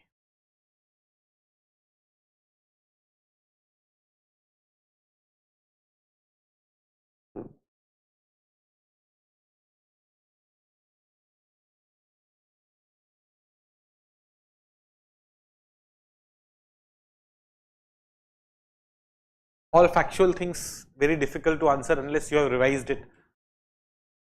Current affairs का जो second update booklet है Science Tech का, उसमें we have covered it. It's a high throughput satellite. Yes, देखो newer satellites which we are launching are generally high throughput satellites, fully owned, funded and operated by NSIL. NSIL is that PSU which is focused on what? Which is focused on commercial utilization of ISRO's assets. It is funded, owned and operated by NSIL, and NSIL will provide its services to various players who want to buy its services. It will offer pan-India coverage except in Andaman and Nicobar Islands. क्यों भाई Andaman Nicobar island से कोई खास दुश्मनी है? मेरा satellite capable of giving services GTO में जा रहा है, तो जीटीओ में जाके तो अंडमान जियो स्टेशनरी ऑर्बिट में जा रहा है, तो जियो स्टेशनरी ऑर्बिट के पास तो अंडमान निकोबार भी है ना. Why would it not give in Andaman Nicobar? The state actually when we studied it, we said that it will give services to even Andaman and Nicobar and Lakshadweep. It is primarily focused on remote areas. What can be more remote than Andaman and Nicobar? Right. The 2 is wrong. It will be launched by GSLV Mark 3 LVM-3 rocket. That's also wrong. India will not be able to launch, we will not be able to use our own rocket. It will be launched from US using Falcon 9. SpaceX का Falcon 9 है. It will be launched using that. अभी 2024 में launch होने वाला है. February में it was announced, so it was in news in February. We should have some idea about it.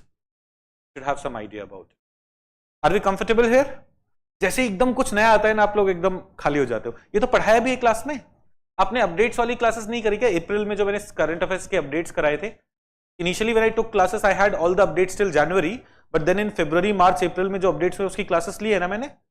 You haven't watched those classes? Rahul क्यों नहीं देखी? शेड्यूल आगे तुम्हारा तो क्लासेस भी बहुत पहले खत्म हो गई है, मार्च में रिवाइज कर रहे थे।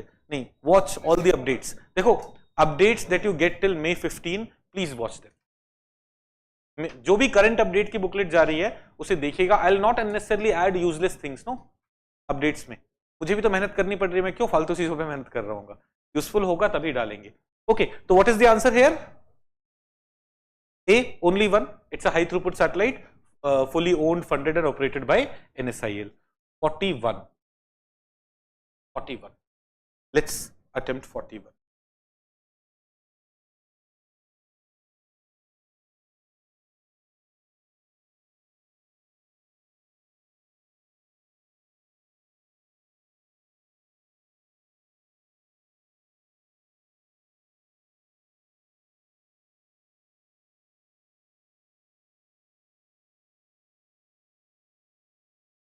Who's going to answer?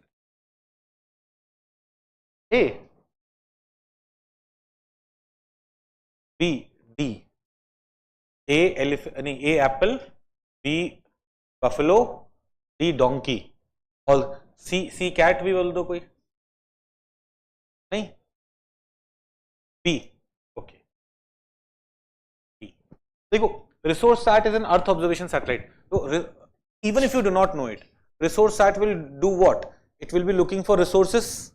Looking for, it should be Earth observation. Common sense. It is placed in low Earth orbit. Ab Earth observation satellite, we generally place it in low Earth orbit only because we should be able to take pictures. Fine. But this is not the reason because of which it is Earth observation. It is Earth observation because it is taking pictures of Earth. It is observing Earth. It's not Earth observation just because it is placed in low Earth orbit. Otherwise तो हमने satellite communication के लिए जो satellites हम put करते हैं, satellite telephony के लिए जो सैटेलाइट हम पुट करते हैं वो लो अर्थ ऑर्बिट में ही पुट करते हैं, but there communication satellite in low earth orbit also we can have communication satellite no. So just because some satellite is put in low Earth orbit, that cannot be the reason for calling it communication satellite. It is Earth observation satellite. It is Earth observation satellite because it is studying Earth. It is taking pictures of Earth. It is giving us those details. So while both A and R are correct, R is not the correct explanation of A. B is the answer. Got it? Rahul, did you understand why? What mistake did you attempt the test on Sunday? Yes sir, तुम मुझे दिखे तो नहीं class में यहाँ, क्यों? आने का मन नहीं कर रहा था। एग्जाम मतलब 16 जून को तो जाने का मन करेगा ना, अगले में दिख जाऊंगा। चलो सबसे आगे 42 again a preliminary examination question. In which of the following activities are Indian remote sensing satellite used? Indian remote sensing satellite इनमें से किसमें यूज होता है?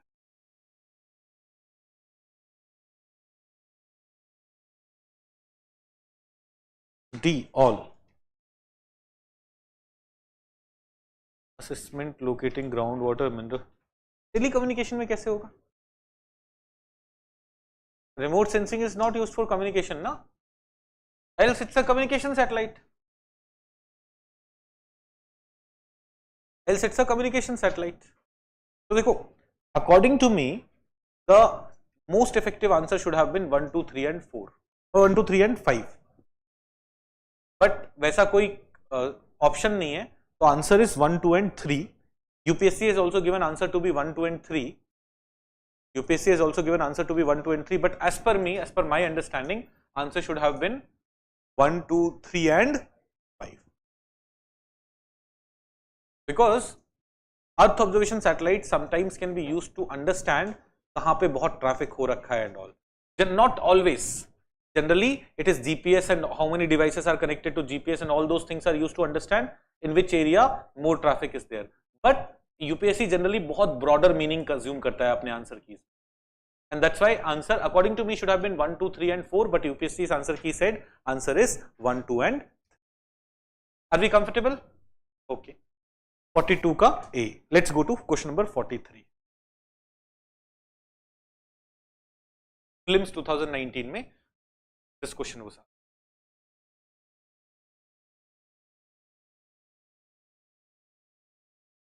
Remote sensing. देखो, remote sensing satellites only have been asked multiple times. If you'll segregate question properly, you'll realize that from every area, UPSC has asked question.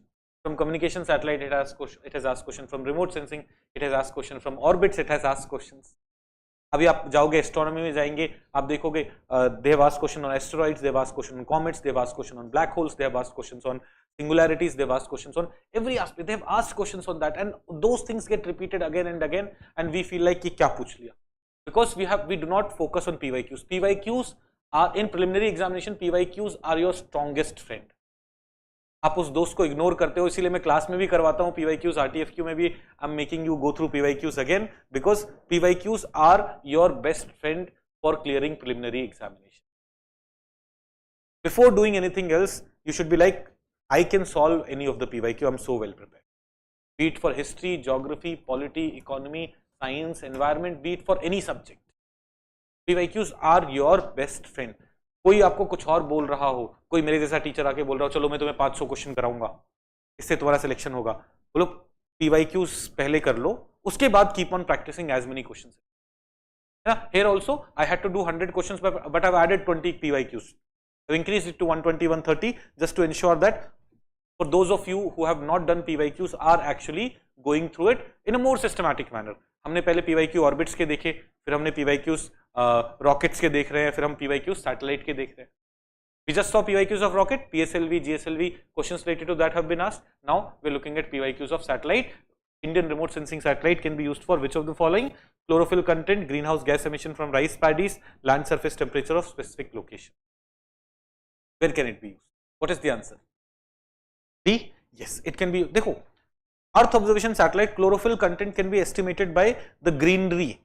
And can cameras, can a remote sensing satellite give you an estimate of that? Yes. Greenhouse gas emission. Now, we have satellites which can actually estimate in the atmosphere what is the composition of different gases based on scattering, based on other such mechanisms. So we can also determine this, and land surface temperature of specific location. You can always have, देखो, infrared images which can give you an idea of land surface temperature. Right? Your satellites can take those images and thus give you an idea. The all 1, 2 and 3 are the answer. Question number 43, all 1, 2, 3 are the answer.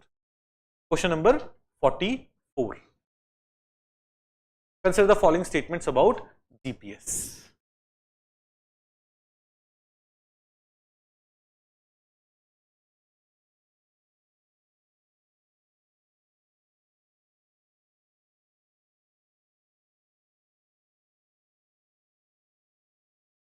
D, A, C, A, B, C, D. D भी आया ना? Nice. Now we are complete. A, B, C, D. अभी बताया था GPS कहाँ है? Medium earth orbit में है ना? GPS, Galileo, those satellites are in medium earth orbit. We just did it. फिर satellites और GPS are located in geostationary. कैसे मार दिया? Yes. जिसने A और D बोला, A और C बोला है, वो तो सब गधे हैं. बाकी भी है, आते हैं. India's Gagan system aggregates on GPS signal to enhance the location services for aeronautical sector. This is true. Gagan का जो full form है, that is GPS aided geo augmented navigation.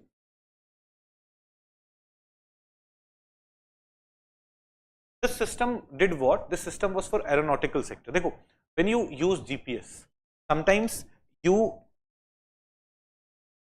are mistaken by 100 meters or 50 meters or 20 meters. Error हो जाता है ना GPS use करते time. Now suppose your flight is landing and rather than landing on the airstrip, you have missed it by 50 meters. That would be disastrous. So you have to be more accurate there. And for that, Gagan was created. Gagan will take signal from GPS. That's why GPS aided. Will take help of GPS, but it will be helped by several other geosynchronous and geostationary satellites of India also to give us more accuracy. Geo augment.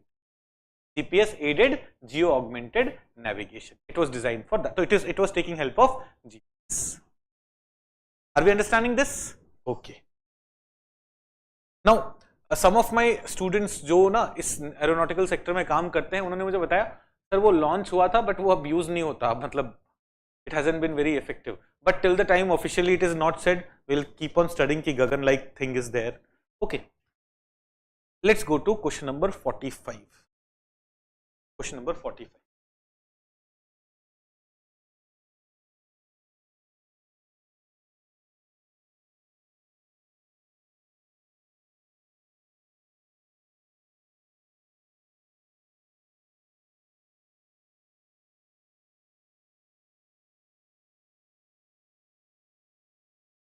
पढ़ा है class में NVS-01 2023 में launch हुआ था. We have all studied it. Tell me what should be the answer. D. D. Okay.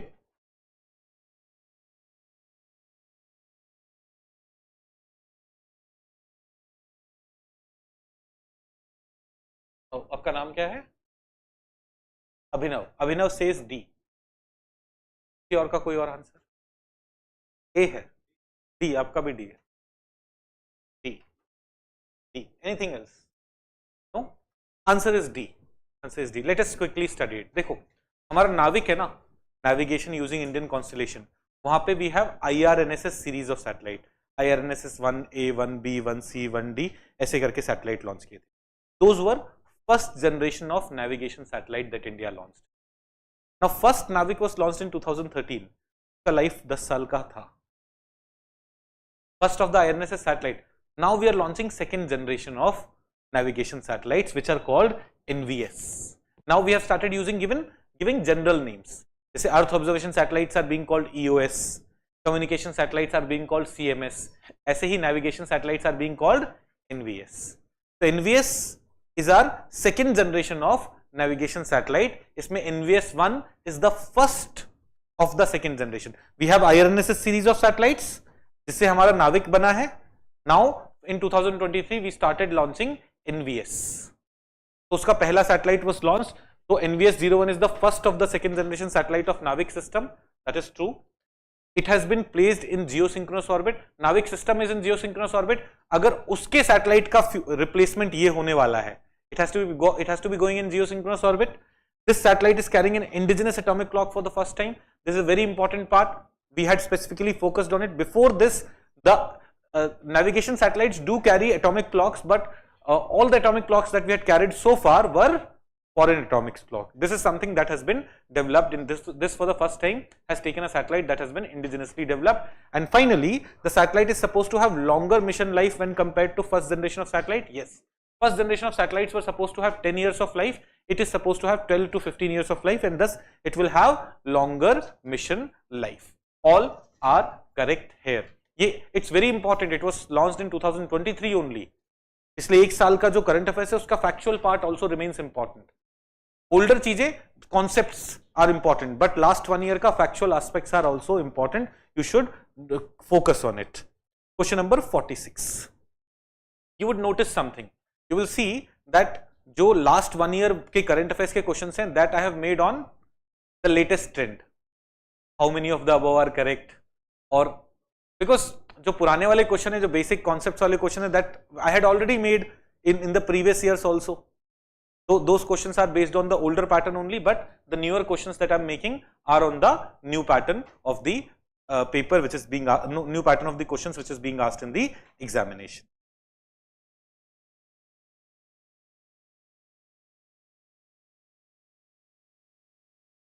Now 46, who's going to answer this?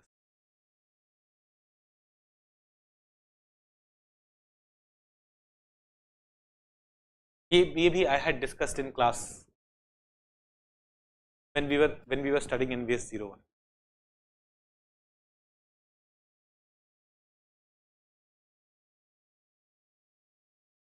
बताओ बताओ बताओ। अमन आप तो पढ़े हो ना मेरी क्लासेस, तुमने बोला ना दोस्त से शेयर करके पढ़ा था। हाँ तो घर पे पढ़ा था ना। ये अपडेटेड वाला भी नहीं है बेटा, ये तो ओरिजिनल वाले में ही है। अपडेट में तो फरवरी मार्च अप्रैल में जो अपडेट हुआ है वो पढ़ाया है। क्या लग रहा है? डी लग रहा है। 1 is incorrect, 2 is correct. Okay, Aman says D. ये नहीं पढ़ा है मेरे से ना, मैं नहीं मानता। नाक नहीं कटवानी है मुझे अपनी।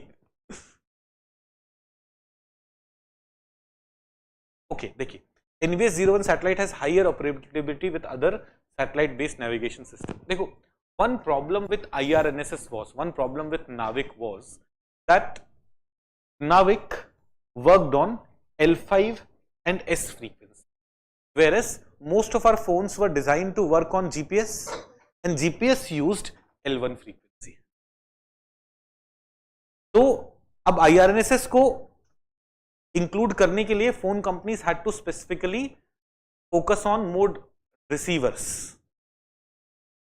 बिकॉज अभी तक जो रिसीवर्स बना रहे थे they were using L1 frequency, but our IRNSS used L5 and S frequency.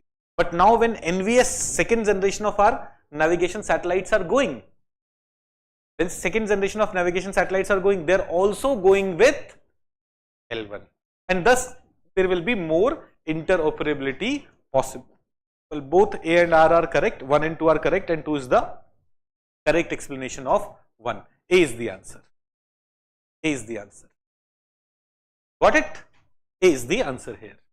46, A is the answer. Let's go to question number 47. आप सब लोगों ने समीक्षा के लिए रजिस्टर कर लिया है ना? नहीं किया है? कर लेना, मतलब वो स्लॉट्स आपको अकॉर्डिंगली मिल पाएंगे जो आपके रिक्वायरमेंट। कुछ बच्चों को और दूसरे टेस्ट देने थे तो उन्होंने मंडे के स्लॉट में रजिस्ट्रेशन करना शुरू किया। तो what we are noticing is slot 1 is getting filled fast. Slot 1 I think आज रात तक खत्म हो जाएगा, and slot 3 is getting filled fast. Slot 2 इतना फास्ट नहीं भर रहा है, वो सीन है। तो एनीवेज, तो अकॉर्डिंगली आपको जो स्लॉट चाहिए वो मिल पाए, उसके लिए आप रजिस्ट्रेशन जल्दी कर लीजिएगा। Let's come to question number 47।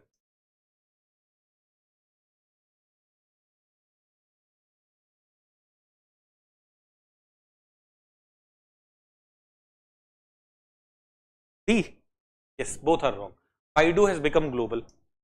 China has become another country which has global system now. So that's why 1 is wrong.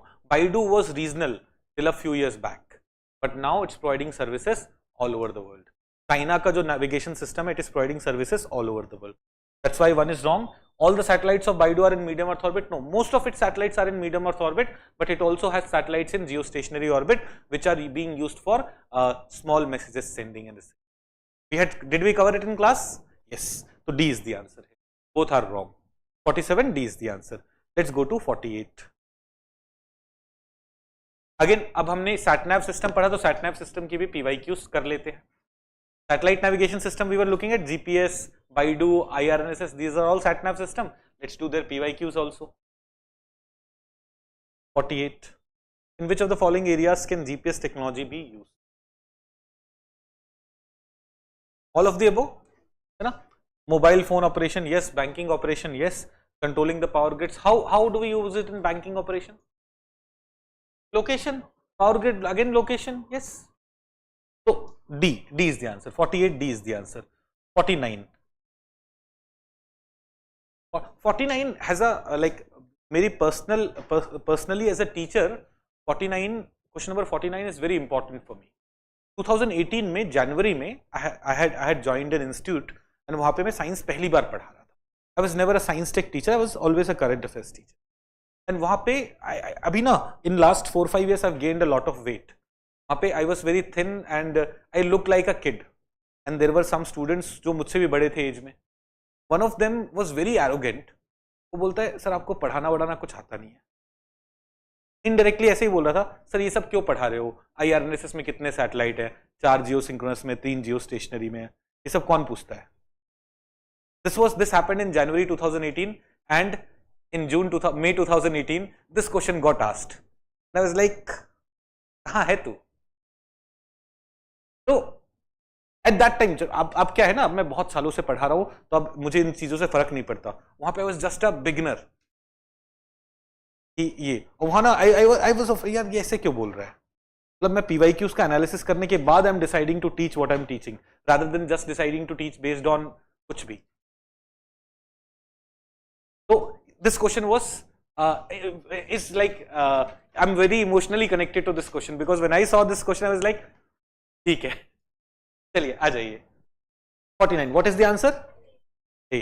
It has 3 satellites in geostationary orbit and 4 in satellites in geostationary. 1 is correct, 2 is wrong. 1500 kilometre from India, तो उसका area और बहुत ज्यादा हो जाएगा। Area देखोगे तो India will have its own satellite navigation system by 2000. No. Even today we do not have plan for having a global system. Now let's say question number 49 में statement 1 was IRNSS has 7 satellites in geosynchronous orbit. Would it have been correct? Yes, because all geostationary are geosynchronous also. Any geostationary satellite is geosynchronous also. But अब एक और चीज समझो, now we also have NVS-01. IRNSS के 7 satellites है, but now we also have NVS-01 which is also going to be a satellite there, but even then mark it 7 only because एक satellite का life खत्म हो रहा है, उसको NVS-01 replace कर। ओके, एनीवेज, तो A is the answer. 50. This was asked in prelims last year. Which one of the following countries has its own satellite navigation system? हम ये क्लास में पढ़ते ही हैं ना। Japan has one, what is the name? Quasi zenith. तो जैसे US का GPS है, रशिया का ग्लोनास है, यूरोपियन स्पेस एजेंसी का गैलीलियो है, चाइना का बाइडू है, जापान का क्वासी जेनिथ है और इंडिया का नाविक है। जापान एंड इंडिया वालों का रीजनल सिस्टम है, बाकी सबका अब ग्लोबल हो गया। This I cover it every year in class, last year it was asked in the exam also and this was it. Okay, अब क्या है? अब एडवर्टाइजमेंट है। हमारा जीएस फाउंडेशन प्रोग्राम है, इंडिया का बेस्ट जीएस फाउंडेशन प्रोग्राम है। आप हंस रहे हो, अरे सीरियसली बोल रहा हूँ। तो our GS foundation programme has already started on, कब स्टार्ट हुआ था? 22nd April, I guess it started on 22nd April. It's a full-fledged GS Foundation program in the sense once you join this program you do not need to join any other course ever at level up IAS. इसमें GS Foundation पूरा है, prelims mains की पूरी preparation is included. Every week you have 2 tests, objective test and subjective test till February, जब तक आपकी GS की classes चल रही है. After that prelims test series is included in it. After that mains test series is included in it. After that your interview program is also included in it. इसके अलावा current affairs program which I take for 15 months starting June 2024 to September 2025 और August 2025 till your mains examination, that program is also included in it. CSAT is included in it, essay program is included in it. You can go on YouTube and watch videos of all our teachers. You'll understand the quality of teaching. I can vouch for the team. It is आप खुद से देखोगे, आप पढ़ने आए हो मुझसे, every teacher will say कि उनकी टीम सबसे अच्छी है. You go and watch videos of, let's say जो मैं पढ़ाता हूँ, आपने भी पढ़ाना नहीं देखा है, आप क्वेश्चन आंसर देख रहे हो, but you go and watch my videos. You go and watch videos of Nikhil sir, you go and watch videos of Babu sir. जी बाबू सर अभी पॉलिटी गवर्नेंस पढ़ाएंगे आपको, उनके वीडियोस हमने यूट्यूब पे डाले हुए हैं. You go and watch videos of Vishal sir. Vishal sir is teaching ancient India, Nikhil sir will be teaching modern India. आप सारे टीचर्स के वीडियोस देखोगे, आपको समझ में आएगा कि it's an excellent team. And आप लोगों के लिए नहीं है, आप लोगों के जूनियर्स जो आ रहे होंगे उन्हें do recommend them. If you like our classes, do recommend them. In case उनमें से किसी को ऐसा लगता है कि they do not like it, within 1 month they come back to us and से कि sir I do not like this classes, will reimburse the entire fee. We are the only institution who is saying will reimburse the entire fee even if they come to us 6 months later. It's a 10 month का प्रोग्राम. If they come to us 6 months later, will deduct only 60% of the fee जो उन्होंने consume कर लिया है, will reimburse the entire 40%. ऐसा होता नहीं है. We did not have to do that for any student last year. Initially students get worried कि एक नए इंस्टीट्यूशन के साथ पढ़ना कैसा रहेगा. It's not a new institution in the sense सारे टीचर्स तो बहुत एक्सपीरियंस्ड है ना, हम लोग मिलके साथ में पहली बार आए हैं, but teachers are all experienced. तो you can always like if you have like the classes, do recommend this thing to your students. Other than that, we have 6 optional subjects. Like I don't think I need to give any introduction about Karan sir. Karan sir is the best anthropology teacher in the country. He anyways teaches the highest number of students for anthropology and gives the best results also. Anthropology optional is also doing well. This batch is starting on 20th May. Nishad sir again इस साल सबसे ज्यादा sociology batch में selection किसी teacher के पास हुए हैं, वो निषाद सर के पास हुए हैं. देयर आर, देखो in our institution we follow a key principle. Our student is only that student who has studied with us, not in free classes, not in free test series. Just because आप समीक्षा यहाँ पे दे रहे हो, कल select हो जाओगे, हम ये पब्लिश नहीं करेंगे, देखो समीक्षा में था हमारे पास. जैसे lot of institutions do open test वाला, या फिर जब आप इंटरव्यू दोगे हमारे पास, विल नॉट से कि ये हमारा स्टूडेंट है. We had 100+ selection this year. All of them, I am saying all of them were either part of our foundation program और were part of our mains program. None, we have never, 2021 में we did it. 2021 में I was not looking after the administration, तो उन्होंने interview वाले बच्चों के नाम भी पब्लिश कर दिए, सब लोग करते हैं ये बोल के. जब से मैंने एडमिनिस्ट्रेशन देखना शुरू किया, आई एंश्योर्ड दैट कभी ऐसा नहीं करना है, कभी कोई झूठ नहीं दिखाना है. तो ऑल द 41 स्टूडेंट्स जो मैं बोल रहा हूँ सोशियोलॉजी प्रोग्राम से इस साल सेलेक्ट हुए थे, they were either part of mains crash course और part of foundation program. History में you just go and watch videos. आप निखिल सर और विशाल सर मिलकर आपको पढ़ाएंगे, दोनों के वीडियोस देखिए, आपको समझ में आएगा. इन लोगों से अच्छा हिस्ट्री कोई नहीं पढ़ा रहा. Now you may be wondering why 2 teachers.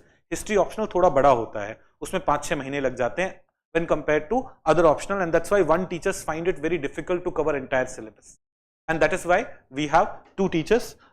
Vishwa sir philosophy optional लेंगे. Vishwa sir is again, you go and watch their videos. Chandan sir will be taking PSIR में इस बार कम नंबर आए हैं, but speak to students who were studying with Chandan sir, they have scored, they PSIR में इस बार ना 230s 240s, a lot of students have suffered because of PSIR's very low score, but the students who were part of Chandan sir's crash course, they are still getting 260 270 वो वाले numbers में हैं, तो they have done well. Mathematics I don't think अब start होगा, sir forest service में select हो गए. Abhishek Inamdar sir, he's been my student for last 4 years and was teaching CSAT here and was planning to launch mathematics optional. MSc mathematics हैं bits पिलाने से, और 5 बार उन्होंने मेंस भी लिखा है मैथ्स से ही, बट अभी I am not announcing maths optional वाला थिंग. तो these are the optionals that we have available. मैं आपको बहुत स्ट्रांगली रिकमेंड कर सकता हूँ, किसी भी ऑप्शनल में आप एडमिशन लेते हैं या किसी भी जीएस प्रोग्राम में एडमिशन लेते हैं, आप विद इन जीएस प्रोग्राम में तो आप विद इन 1 मंथ आइए, बोलिए कि मुझे पसंद नहीं आ रहा है. आप नहीं, आपके जूनियर्स आएंगे, यू कम एंड से कि I do not like this GS foundation programme, I want my fee refunded, will refund the entire fee, plus we have the lowest fee among the good institutions. I'm not talking about those institutions जहाँ पे फी 10,000 रुपए में चल रहा है. We have the lowest fee. I think अभी फी 70 या 80,000 rupees है हमारे यहाँ GS फाउंडेशन को, वो आप वेबसाइट पे जाके देख सकते हैं. And in that everything is included. Once you are part of GS foundation program here, we will not ask you to join any other program. किसी भी तरीके से हम कभी आपसे ये नहीं बोलेंगे कि you go and join CSAT, you go and join, you come and join SA, you come and join test series. No, once you are part of our GS foundation programme, you are our students and it's our responsibility to ensure that anything that you need for your preparation other than optional, GS foundation की बात कर रहे हैं, other than optional, anything that you need for your preparation in is taken care of in this programme. Okay, चलो बहुत marketing हो गई, आगे काम पे आते हैं. अच्छा, there are some online doubts. Sir, I'm a fresher studying in 4th semester, going to give my first attempt in 2026. Please guide. यार आप ऑफिस में कॉल करिए, मैं फोन पे बात करता हूँ, क्योंकि अभी मुझे ये क्वेश्चंस डिस्कस करने, तो I will not be able to spend a lot of time here. Sir, I am fresher. IFS result out, हाँ पता है. काश मुझे इस कोचिंग के बारे में पहले पता होता. कोई बात नहीं, अब पता लग गया. हाँ चलिए, let's come to question number 51. Break क्यों चाहिए? पागल हो क्या? क्वेश्चंस करते टाइम तो ब्रेक क्यों चाहिए? नहीं, तुम ले लो, 10 क्वेश्चन छूट जाएंगे, यूट्यूब पे बाद में देख लेना, हम करते रहेंगे. Come to question number 51. Aditya L1 has been placed in Lagrangian point 1 of the Earth Moon system. True or false? False. Sun Earth system के L1 पे गया है. Okay, 1 is wrong. Lagrangian point 1 provides it a continuous unhindered view of the sun. True. 1 is wrong, 2 is correct. What is the answer? D. D is the answer. Statement 1 is incorrect, but statement 2 is correct. 52. अभी Aditya L1 इस साल के लिए बहुत important है, तो what I've done is मैंने 3-4 questions बनाए so that every aspect of Aditya L1 gets covered. Okay, I was making it yesterday night, आज सुबह मॉर्निंग में I was making questions on this. So let's look at question number 52. अच्छा, एक और चीज जिसके बारे में बताना चाहूंगा, इन लेवल अप आईएएस कोई भी टीचर ना किसी और से नोट्स नहीं बनवाता। I'll be your current affairs teacher, जो ये आपके जूनियर्स का करंट अफेयर्स टीचर होगा। I type each and every word myself. When we have made these questions, all these questions have been made by me. एक एक single question इसमें जो mistakes हैं वो भी मेरी हैं, जो बाकी चीजें हैं अच्छी चीजें हैं वो भी मेरी हैं। ऐसे ही आप हिस्ट्री टीचर को देखोगे, आप ज्योग्राफी टीचर को देखोगे, आप पॉलिटी टीचर को देखोगे, they all make their own notes. They do not do this की नोट्स कोई और है, पढ़ा कुछ और रहे हैं, उसमें सिंक नहीं है, या फिर आके बोर्ड पे नोट्स रीड कर रहे हैं because I have not made it. So this is another key thing. That's why teachers find it very difficult to work with us. हम बोलते हैं अपने नोट्स खुद बनाओ, कंपाइल करो और फिर वो बच्चों को दो, rather than इंस्टीट्यूशन ने कुछ नोट्स बना रखे हैं और आप अपनी मर्जी से कुछ और पढ़ा रहे हो और वो आउट ऑफ सिंक है, उसमें समझ में नहीं आ रही है चीजें। ऐसा नहीं होना चाहिए। Let's come to question number 52. Which of the following is are the reasons for placing Aditya L1 satellite on the Lagrangian point 1?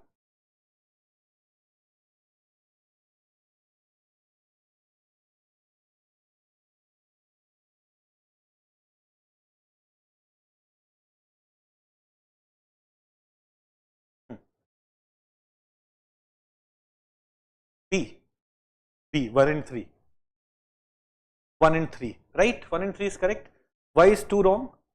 Placing a satellite around Lagrangian point is easier. Nahi, it's difficult. Low Earth orbit mein placing a satellite is much easier. 1 and 3 are correct. Okay. B. 52 ka B.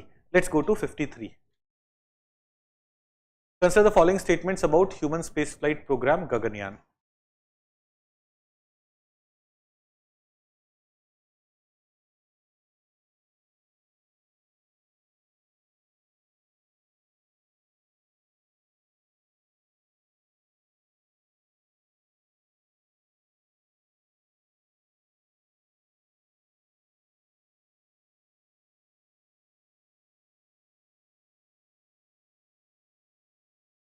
B. Gaganyaan mission aims to carry human to geostationary orbit? नहीं, लो earth orbit में ही जाएंगे, ठीक है। The mission plans to use GSLV Mark 3 for the purpose? Yes. ISRO has established human space flight center at Sriharikota, Andhra Pradesh? नहीं। Human space flight center has been set up near ISRO headquarter in Bangalore only. Human space flight center अपन ने, if you remember, I had covered this thing. Space infrastructure योजना का एक पूरा coverage आया था infrastructure पे. One of the chapter was about space infrastructure that I covered in current affairs classes also. There I discussed various institutions under ISRO and one of the institution was human space flight centre which is located in Bangalore, not at Sriharikota पे तो we have spaceport, no? Why would we have human space flight center there? So 3 is also wrong, 1 is also wrong. What is the answer? B is the answer. 53B is the answer. TV D1 test flight dealt with which of the following?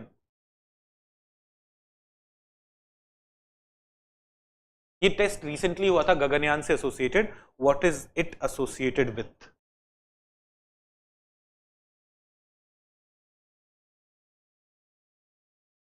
ए और B में से कुछ होना चाहिए. It was in flight abort demonstration, नहीं. It was integrated main parachute air drop, नहीं. I think D होगा. Just let me confirm. Answer should be D.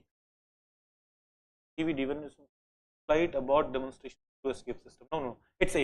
Yes, TV D1 mission was in flight abort demonstration of crew escape system of Gaganyaan at Mach number 1.2. It was accomplished in October 2023. This TV D1 test was done in October 2023. So it was the crew escape system only. Fine. A is the answer. 54 ka A is the answer. Let's go to 55. 55.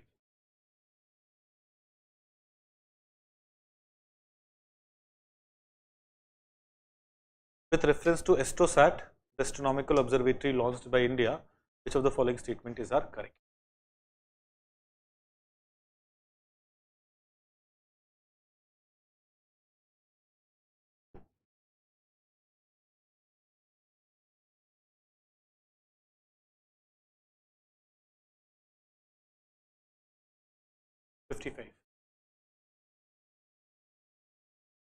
अब देखो, अभी ना हमने Aditya L1 launch किया, right? Aditya L1 is studying sun. We also launched Exposat, X-ray polarimetry satellite. X-ray polarimetry satellite, abhi we will have some questions related to Exposat in the coming things. Exposat is doing what? Exposat is studying X-ray polarization from far away sources. तो उसमें भी वो universe को study कर रहा है. But पहला satellite which we had launched primarily for studying the universe. First satellite that we launched for, otherwise what we were doing, we were studying universe through telescopes. जैसे माउंट आबू पे हमारा एक पारस telescope है, या फिर एरिस में we have certain telescopes. So we'll study about those telescopes. We'll have questions related to those telescopes also. We have a lot of those telescopes. But AstroSat was the first satellite that we had launched. Satellite है मतलब वो अर्थ के around orbit कर, it will be orbiting around Earth. And while it is orbiting around Earth, it is also studying the universe. AstroSat was the first one. पहला चीज. It is important for that reason. Second, it was a multispectral satellite. Multispectral satellite means it was making observation in multiple spectrums.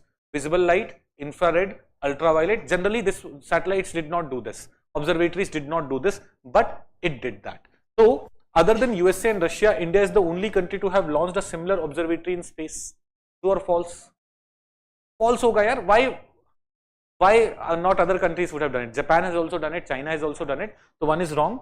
AstroSat is a 2000 kg satellite placed in orbit at 1650 km above the surface of Earth. देखो, before the launch of Chandrayaan 2.0, Chandrayaan 2.0 अपन ने 2019 में launch किया था. All our important missions went into space with the help of PSLV. चाहे वो चंद्रयान 1.0 था, चाहे वो नाविक था, चाहे वो एस्ट्रोसैट था, चाहे वो मंगलयान था. All of them went into space with the help of PSLV. Now, if it's weighing 2000 kg, 1650 km के height पे, can PSLV take it? That is why it is wrong. That's why it is wrong. We do not. You can exactly note उसका weight वगैरह, but my point is you do not have to. What is the question number?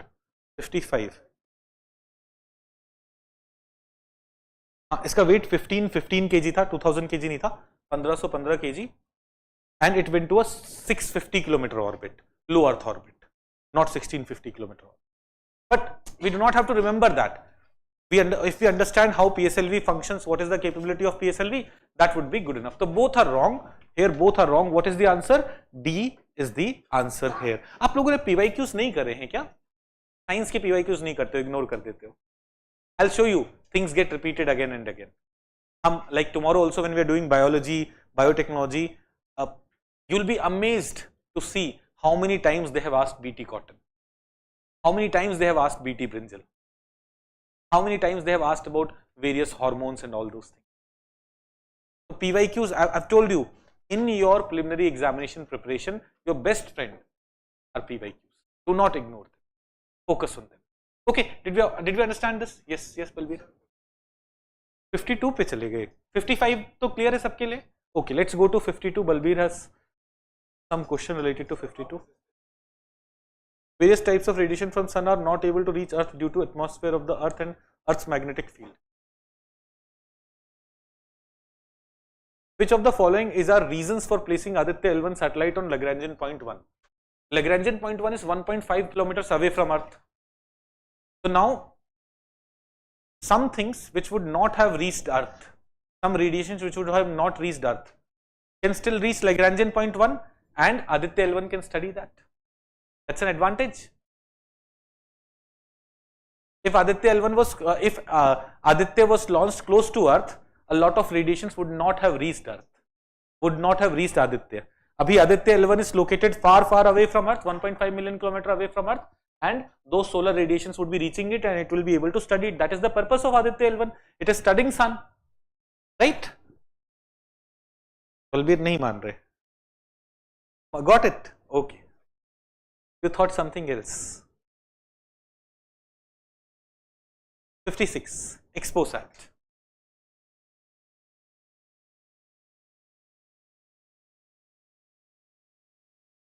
Sir, Karandeep sir has a session regarding anthropology in Kashmir tomorrow. Yes, both Karan sir and Nikhil sir are in Kashmir right now. they are taking a session on anthropology and I think on history tomorrow in Kashmir. मेरे को RTFQ में फंसा के भाई लोग श्रीनगर घूम रहे हैं, देख रहे हो. क्वेश्चन नंबर 56 आ जाइए.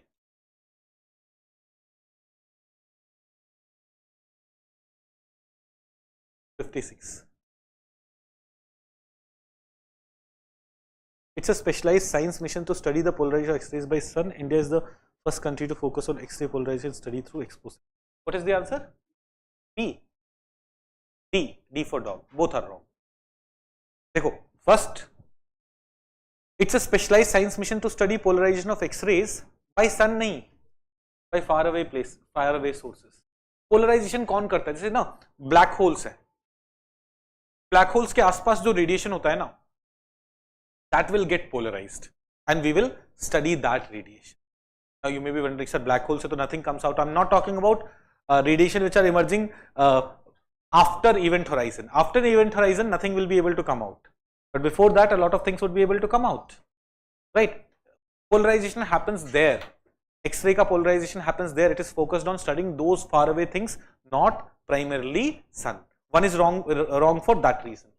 Second, India is the first country to focus on study of X-ray polarization study through Exposat. No, we had just said that in 2021, USA had launched its mission, which is also focused on X-ray polarization. Let me give you the name of the mission. Which is the question number? Which is this question number? अच्छा, उसका ना actually आपके notes पे नाम होगा. मैंने यहाँ पे question answer वाले उसमें नहीं लिखा है नाम. But आपके notes में I have given detail. I have also said that these two are complementary. It is looking at some other frequency level, that is looking at some other frequency level, and both of them thus complement each other. Both of them are not conflicting as such. Both of them are complementing. So NASA का भी एक initiative है already, and it is not the first one. Okay, so what is the answer? D. Both are wrong. D. Answer is D. 56D. 57.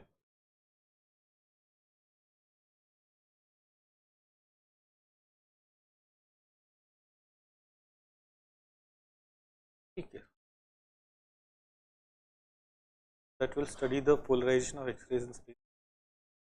The mechanism.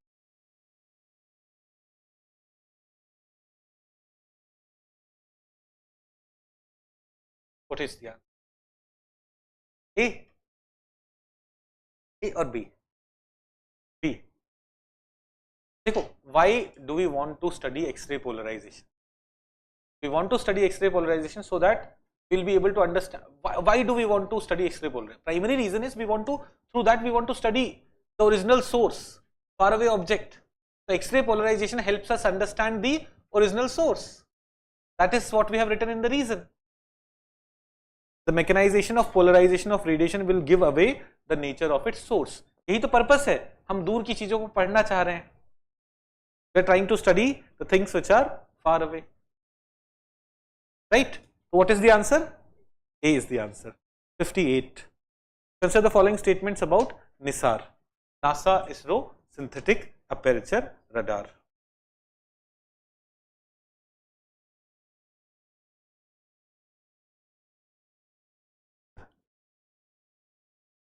NISAR, did we study it in class? I told you an interesting thing also, that from the time I have been teaching it, this is something that I have taught every year, because it is said that बस ये अगले साल launch हो रहा है, बस ये अगले साल launch हो रहा है. GSLV Mark II is supposed to take NISAR, right? I told you this story also, and even till now NISAR has not been launched. So some things about NISAR. It's a joint collaboration between ISRO and Japanese Space Agency. No, NASA ISRO Synthetic Aperture Radar. That is the full form of NISAR. NASA ISRO Synthetic Aperture Radar. So NASA and ISRO are jointly developing it. One is wrong. Once launched, it will be the world's most expensive satellite around Earth. It will be world's most expensive Earth observation satellite. Earth को study करने के लिए it will be the world's most expensive, not the Earth most expensive satellite. Most expensive तो we just launched James Webb Space Telescope.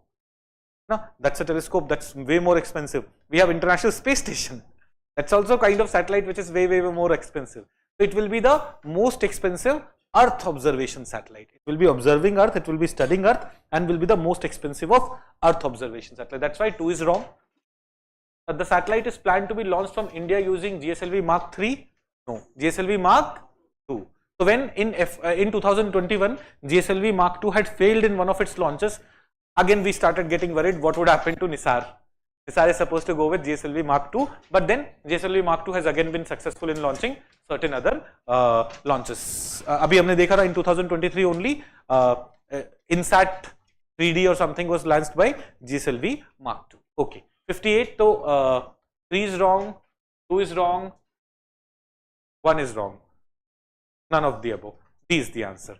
Question number 59. Question number 59.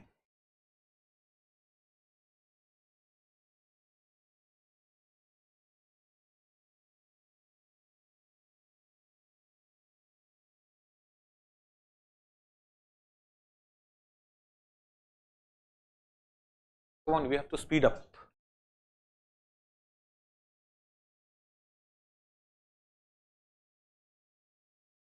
Do we understand? Do we know what high altitude pseudo satellites are? I have current updates I have recently covered it. Sorry? It was also done in the basics. तो मेरे notes में उस time था ही नहीं, तो मैं कहाँ से पढ़ा था? तुमने अपडेट्स वाला पढ़ा होगा लेट. क्या होगा? एक दो पैग लगाने के बाद इसे होश नहीं रहता है. You don't drink. I am just joking. नाराज मत हो. मैं झूठ बोलता हूँ कभी कभी. HAPS. What is high altitude pseudo satellite? Let's first understand. देखो, high altitude pseudo satellite is not a satellite first. It is a unmanned aerial vehicle at very high altitude. Let's say at a height of 20 kilometers. But the disadvantage of unmanned aerial vehicle is it is battery powered and thus it has to come down. High altitude pseudo satellite is an unmanned aerial vehicle which will be moving at a height of 20 kilometers but will be powered by sun. It will be solar powered and thus will be able to stay there for much longer period. The disadvantage of a satellite is that the lower the satellite, faster it moves around Earth. For example, a satellite at a height of around 500 kilometers will complete more than 12 revolutions around Earth in 24 hours, so it cannot stay at one place for surveillance purpose. But an unmanned aerial vehicle can stay there. An unmanned aerial vehicle can stay there. So this is high altitude pseudo satellite or unmanned aerial vehicle which is powered by sun so that it doesn't have to go down again and again and will be continuously able to observe that place. This is high altitude pseudo satellite HAPS. But no country has mastered it yet. Everyone is working to achieve this. Abhi, the best a company was able to achieve was for like this aircraft stayed in the air for around 80 days or something. India ke case mein we were able to stay there only for a few hours. We eventually want that this aircraft remains in air for longer and longer period. The way satellites give us permanent surveillance, in the same way this should be able to give us localized surveillance in a much detailed manner. So, sorry, come again. It will be stationary or it will be hovering around a small area. It will not be revolving around Earth so that it will not go away from this place. It will be looking. So, Government of India for security reasons may set up various, put in various HAPS in future. अब ये जितनी ज़्यादा height पे होगा, it will be able to cover bigger area when compared to drones which are flying at lower height. So, statement 1, high altitude pseudo satellites have been mastered and deployed by several countries for surveillance and disaster management purpose. No, it has not been mastered by anyone yet.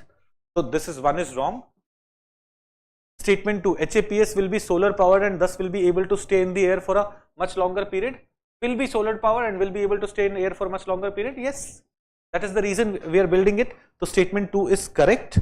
1 is incorrect, 2 is correct. What is the answer? D is the answer. यहाँ गलती से 1 2 3 4 होगा. Please make it A B C D. D is the answer. Mangalyaan. Let's come to Mangalyaan. Question number 60. Mangalyaan launched by ISRO. ये तो I think we have covered it in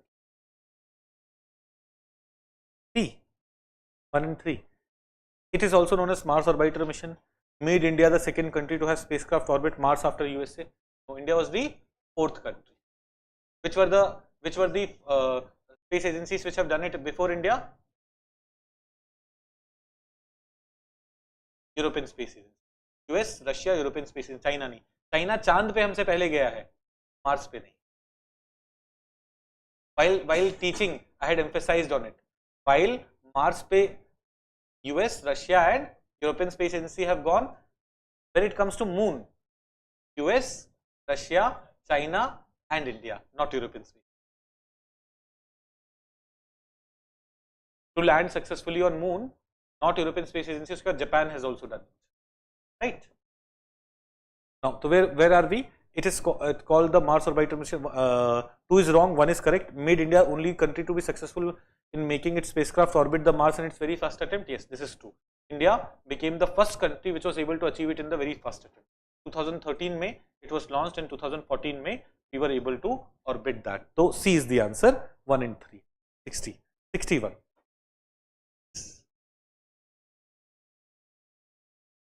नहीं, world में first है बेटा.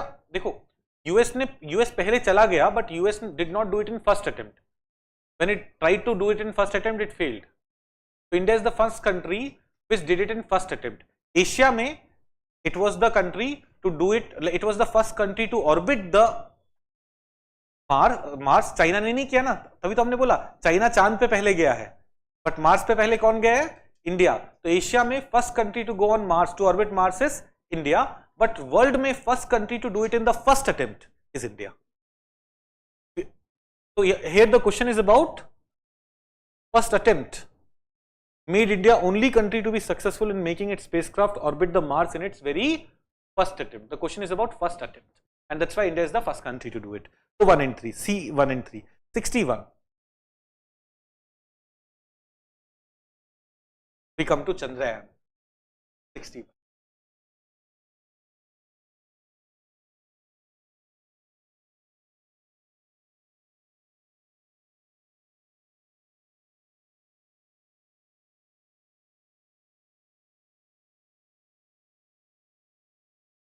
A, B, C, D भी बोल दो. Landing of the lander rover configuration on the surface of moon was one of the most challenging component of Chandrayaan 2 mission. Yes, it was the most challenging because Chandrayaan 1 में we had already orbited.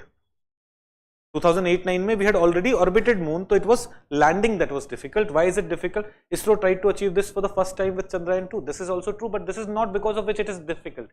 It is difficult because moon does not have an atmosphere. And moon has a rugged surface. So while 2 is correct, 2 is not the correct explanation. It is one of the most challenging part, not because we are doing it for the first time. It is one of the most challenging part because moon does not have an atmosphere, so we do not have a mechanism to just open a parachute and land. We have to launch thruster in the other direction in such a manner that by the time we land, the speed of the landing is way slow. So answer would be B, not A. Did we understand this? 61, answer would be B. Come to 62. Which of the following are the findings of Chandrayaan 2's orbital mission? हम चंद्रयान 3 पे आने से पहले थोड़ा चंद्रयान 2 ने क्या क्या achieve किया है. देखो, Chandrayaan 1 was the one to say that moon पे water मिलता है. Chandrayaan 2 was the one to say on every latitude of moon water can be found, not only on the south pole and all. Water is there on every latitude. It may be in liquid gaseous form, it may be in solid form, but it is in every latitude. That is what was confirmed by Chandrayaan 2.0, and this is also true. If we look at achievements of Chandrayaan 2.0, these are two important achievements of Chandrayaan 2.0. One, in every latitude water is there. Two, minor elements like chromium, manganese, etc., which are very crucial for electronics industry, are also found there. So both are correct. Answer would be C. 62 ka answer would be C. Let's go to 63.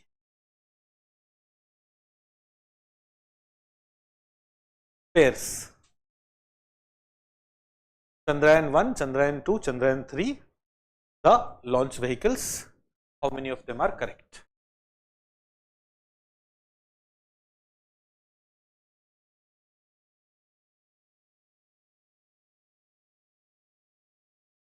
Who's the person sitting at the end? What's your name? Narad. Sorry. Do you have a nickname? Nick. Naland. Nalanda wala Naland. Naland. Okay. Naland.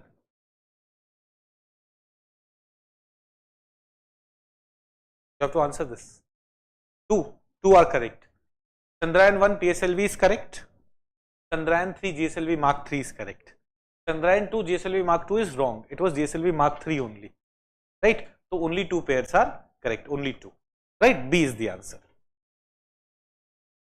64. 64.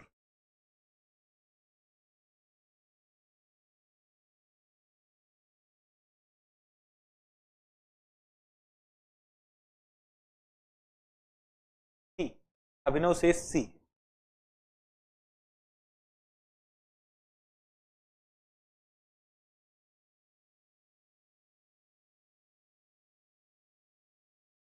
You are also saying C.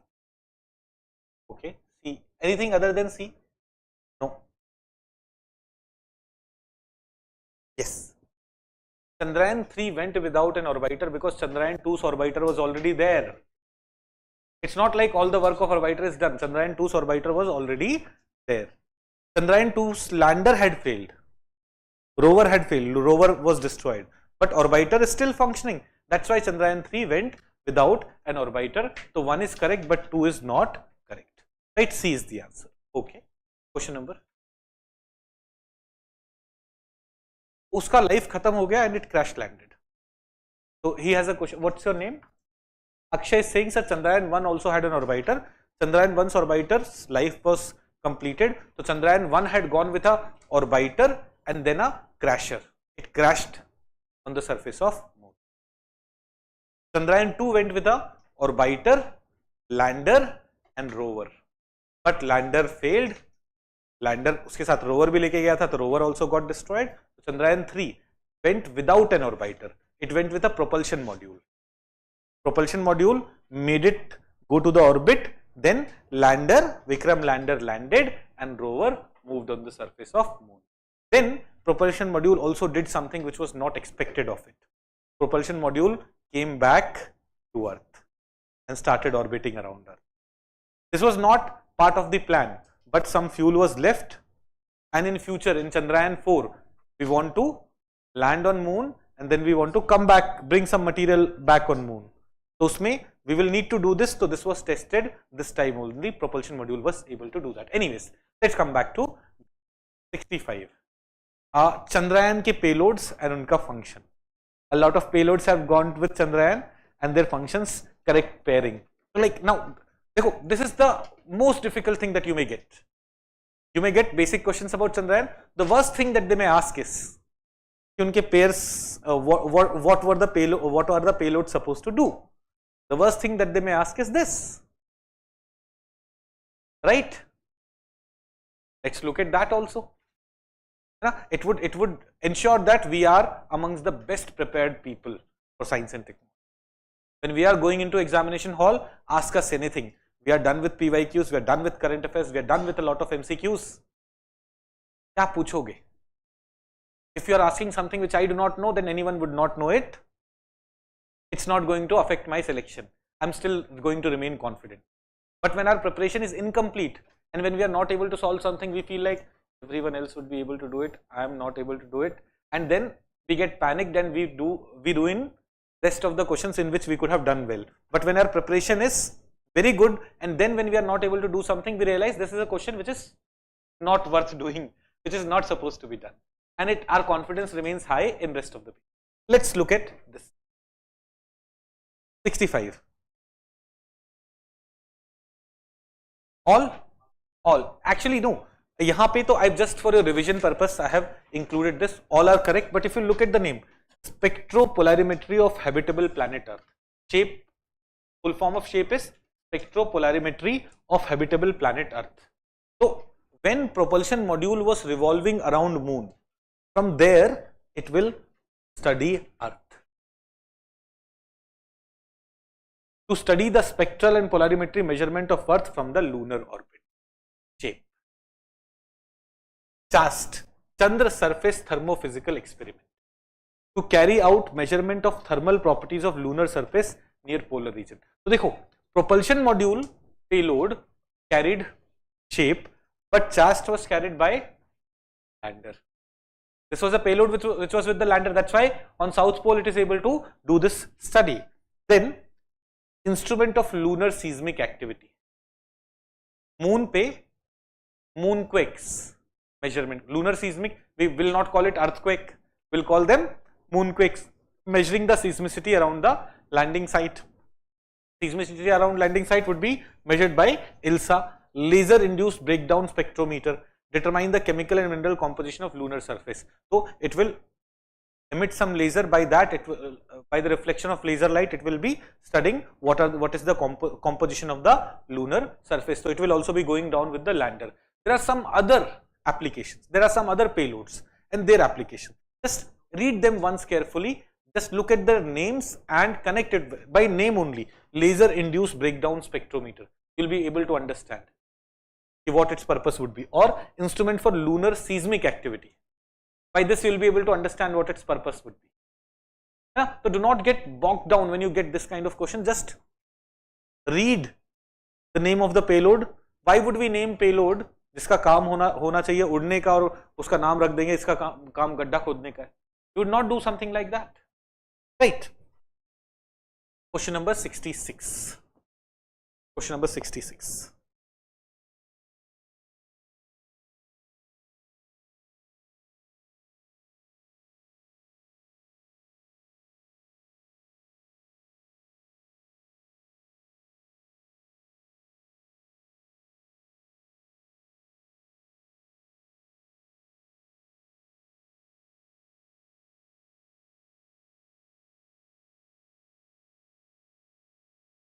ये पढ़ाया नहीं है,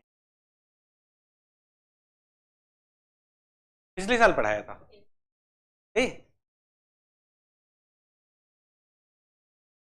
हाँ,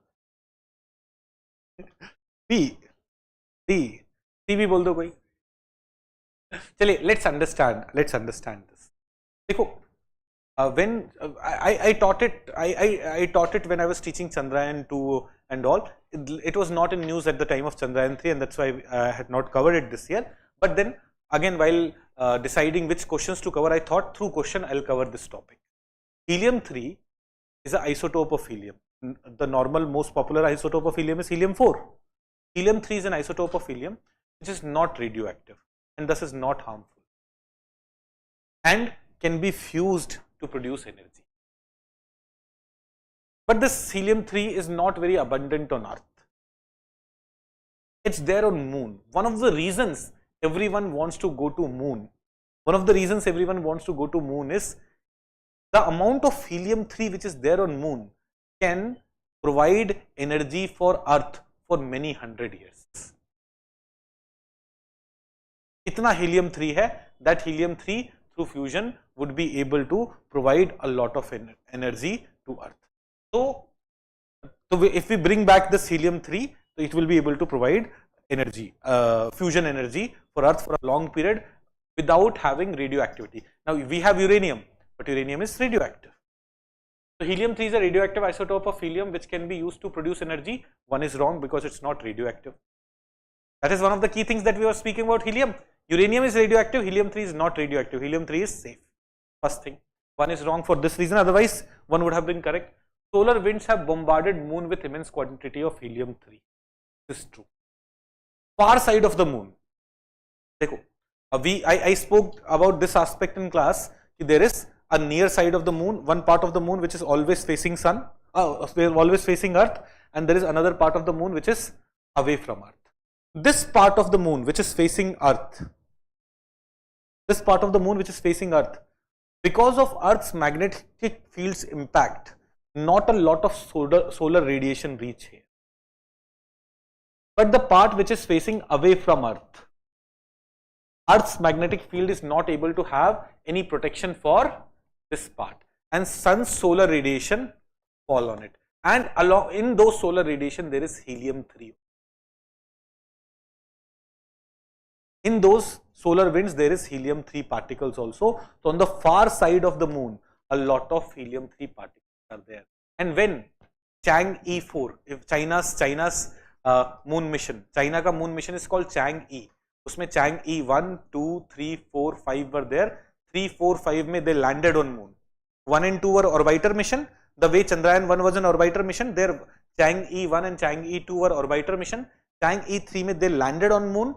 Chang'e 4 में they landed on the far side of the moon. They became the first country to land on the far side of the moon.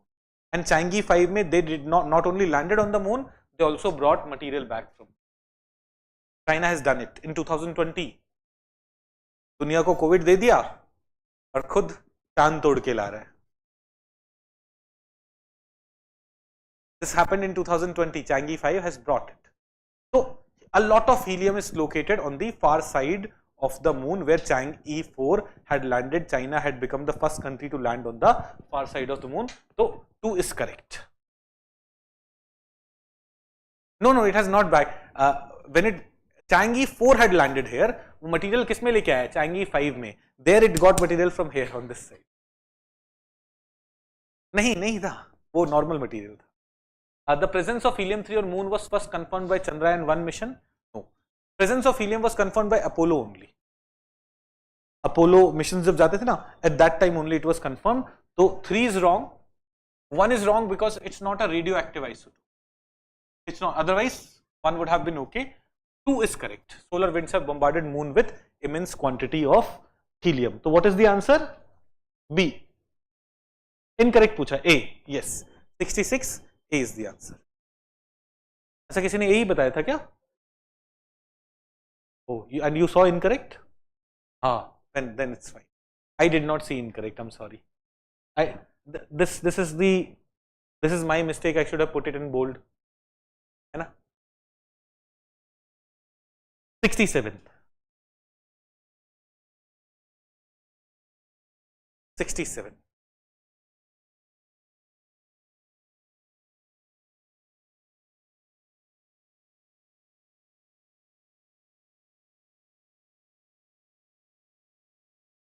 SpaceX experiment. देखो, recently Prime Minister Modi has announced that India should be sending humans to moon in Gaganyaan, and then very soon we should have our own space station. By 2030, Modi ji अपने targets दे देते हैं. पहले उन्होंने गगनयान का 2018 in the Independence Day speech of 2018 he announced by 2022 we will be sending humans to space, है ना? तो मोदी जी ने अगला टारगेट दे दिया है 2030 तक ये होना है. तो वहां पे SpaceX would be very crucial, very useful. Once in 2019 mains examination, they had asked about the India's plans for our own space station. In mains examination, they had asked हमारे space station के plan के बारे में. So, though I was a teacher, I was also a teacher then. I had not taught about India's space station plan. Space station बड़ी चीज हो जाती है ना. अभी हम गगनयान के plan पे बहुत discussion करते हैं, but space station. So this year also we have talked about space station. So let's understand what this SpaceX experiment. अच्छा, do we understand what is SpaceX? No? Yes, Nikhil को पता है. आपका नाम निखिल है? नहीं, आपका नाम निखिल है. आपका क्या नाम है? मोहित. किसको पता है? मोहित को पता है. मोहित, can you explain this? Document. Space docking experiment. देखो, when we have an international space station, other spacecraft gets there and docks there, so that people from one part will be able to go into other part. So India wants to perform this space docking experiment for multiple reasons. In future, when we'll have our space station, we will need this docking. But more importantly, we do not have the capability, or anyone does not have the capability of sending that large international space station to. जैसे international space station weighs 4 lakh kgs. Even NASA or SpaceX does not have the capability to send something weighing 4 lakh kg in space. They will send it in parts, and those parts will need to get docked together. So India SpaceX experiment or space docking experiment is going to demonstrate that we are capable of doing it. So it will contribute towards India's plan to have its own space station. True or false? True. ISRO will be able to launch very large satellites without having the rockets with capability to launch such large satellites. True. Because India will be able to launch those satellites in smaller components which will dock together in space. False कैसे बोला? हाँ part wise भेज देंगे ना. So both 1 and 2 are correct. 67 both 1 and 2 are correct. Okay. Let's go to 8. Consider the following statements about Vikram Sarabhai Space Center. ये भी when we were studying the institutions of ISRO, योजना में जो covered था in space infrastructure वाले chapter में, so there were many institutions which were discussed in Yojana. One of the institutions that we had spoken about was Vikram Sarabhai Space Center. Vikram Sarabhai Space Center. बताइए.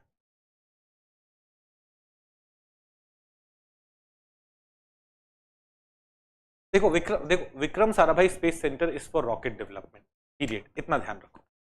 Statement 2 is wrong. It's not for satellite development. अलग अलग institutions थे अलग अलग purpose के लिए. Vikram Sarabhai space centre is for rocket development. It's in Thiruvananthapuram. It's an important center of ISRO under Department of Science of Government of India. Fine, but its primary focus is on research in the field of satellite, research in the field of rockets. Right? So 1 and 3 are correct. 2 is wrong. So B is the answer. 68 mein B is the answer. Let's go to 69. Indian Astronomical Observatory is located in Ladakh. On the western side here, dry conditions mein it's located. Which of the following prominent telescope of India is not located at Hanley Observatory? Hanley Observatory is the Ladakh wala hi observatory. Which of them is not located? D. Paras is located at Mount Abu, right? 71. World's first liquid mirror telescope for astronomy has been set up at Aryabhat Research Institute, Observatory Science at Devasthal, right? Okay. 72. Consider the following statements about liquid mirror telescope. Liquid mirror telescope are low cost alternative for conventional large telescope. It can only be used for zenith telescope. Here the liquid is rotated at a constant speed around a vertical axis which causes the surface of liquid to assume a paraboloidal shape. Tell me. See? 1, 2 and 3. Liquid mirror telescope are low cost alternative to conventional large telescope. Yes. It can only be used as zenith telescope. Yes, because it's liquid. देखो अच्छा, do we understand what liquid mirror telescope is? अच्छा, देखो what is telescope? Telescope में we have a mirror, a concave mirror. Telescope में we have this kind of concave mirror which collects light from lot. देखो, understand this. When we look at with our eyes, when we look at a thing which is far away, our eyes receive just a small amount of light from that far away thing. But if our eyes were this big, we'll be receiving lots of more light from there. So that thing is done by, in telescope, that thing is done by, in a mirror telescope, that thing is done by a concave mirror. We have a large concave mirror. It will receive a lot of light from that far away source, and then when light is coming from a very far away source, it will appear as if it's coming from infinity, parallel, and it will be focused where? On the, and you can look at this to look at that far away place. This is how telescope work. So telescope mein you need concave mirror. Now making large concave mirror is difficult. A lot of errors are introduced, a lot of such challenges are. But one alternative for making that large concave mirror is liquid mirror telescope. You take mercury take mercury in a container and rotate that container. When you rotate the container, the entire mercury will take the shape of paraboidal shape, like a concave mirror, concave surface or paraboidal surface. and that will be focusing light from far away source at the focus. So without manufacturing a large glass ka mirror, you will be using liquid mirror telescope able to do this. So abhi world ka first liquid mirror telescope, it is an international liquid mirror telescope because it is not something that was developed by India. A number of countries have come together to develop it, a number of agencies have come together to develop it, but it was installed where? In India. So liquid mirror telescope are low cost alternative to conventional large telescope. Yes, it can only be used as zenith telescope. Now what is meant by it can only be used as zenith telescope? It can only see upwards because it's liquid. If you turn it, liquid will come out, flow out. So it cannot be turned. Mirror could have been turned, it cannot be turned. It can only look at the top. So it can only be used as a zenith telescope. Here the liquid is rotated at a constant speed and a vertical axis which causes the surface of liquid to assume a paraboloidal shape. So this is correct, 3 is correct, 2 is correct, 1 is correct, C is the answer. Eris.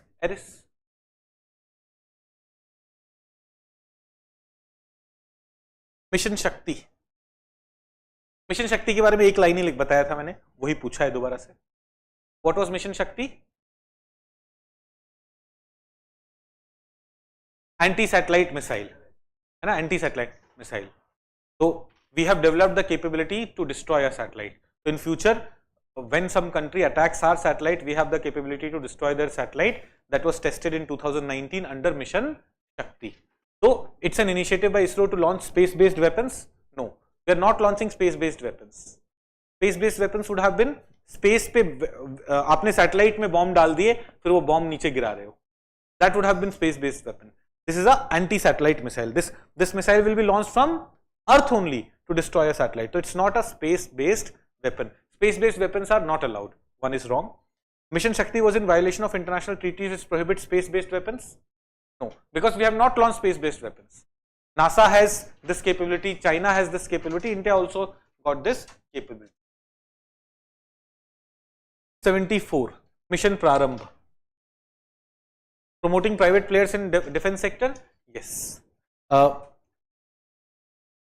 75. Which of the following isn't one of the objectives of New Space India Limited?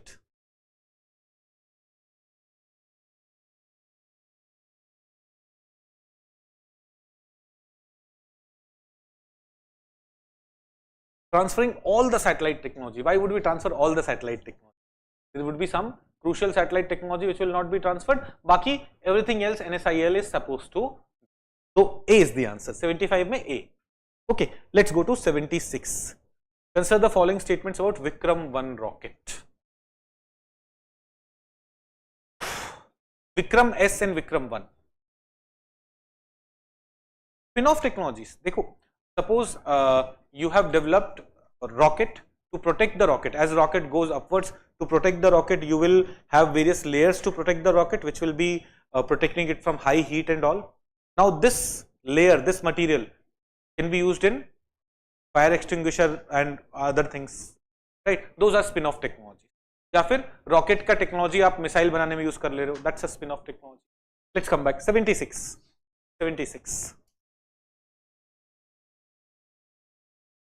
Consider the following statements about Vikram 1 rocket. It is the first orbital rocket being developed by a private enterprise in India. It will be able to carry satellite weighing up to 10,000 kg to geostationary transfer. देखो, दो तो गलत है. ये तो इसरो भी नहीं कर पा रहा, प्राइवेट सेक्टर क्या करेगा? 1 is correct. Vikram 1 is being developed by Skyroot. Skyroot एक कंपनी है जिसने पहले Vikram S टेस्ट किया था. Vikram S was like a sounding rocket. It just went up and came down. So it was first rocket developed by private sector, but it was a sounding rocket. But Vikram 1, the next version of it, will actually be an orbital rocket. It will be able to launch satellite in orbit. So abhi in March 2024, Skyroot has successfully tested stage 2 of Vikram 1. Vikram 1 will also have various engines. इसका stage 1 पहले test हो चुका है. इसका stage 2 उस engine का नाम दिया है उन्होंने. Stage 2 of Vikram 1 is named. Vikram 1 के stage 2 का नाम है Kalam 250. This is the name of the rocket. So in prelims you may be asked Kalam 250 news में था, what is it about? So it is name of a rocket engine. Stage 2 of Vikram 1. So Vikram 1 is what? Is a private sector rocket. India में private sector का आना allowed कर दिया गया है rocket technology में. तो Vikram 1 is a private sector rocket being developed by Skyroot, a company called Skyroot. It is naming its engines after Dr. APJ Abdul Kalam, and one of its engine is called Kalam 250. So this rocket is being developed. Please note, it is the first orbital rocket being developed. It is not yet ready. Being developed by private enterprise in India by Skyroot, and in March 2023, abhi a month back, what happened? Kalam 250, the second stage was tested. Got it? So I'm trying to ensure that latest current affairs updates भी रहे आपके पास. वो कुछ भी पूछे, you should be prepared in every possible manner. Everything that UPSC is capable of asking, you should be like, I'm ready, and if I'm not ready, then no one else would be ready. This is not which is going to affect my selection. Okay. So, but this is wrong. They are developing rocket for launching satellite in low Earth orbit. So this is definitely wrong. Okay. So what is the answer? A is the answer. Let's go to 77. Vikram S.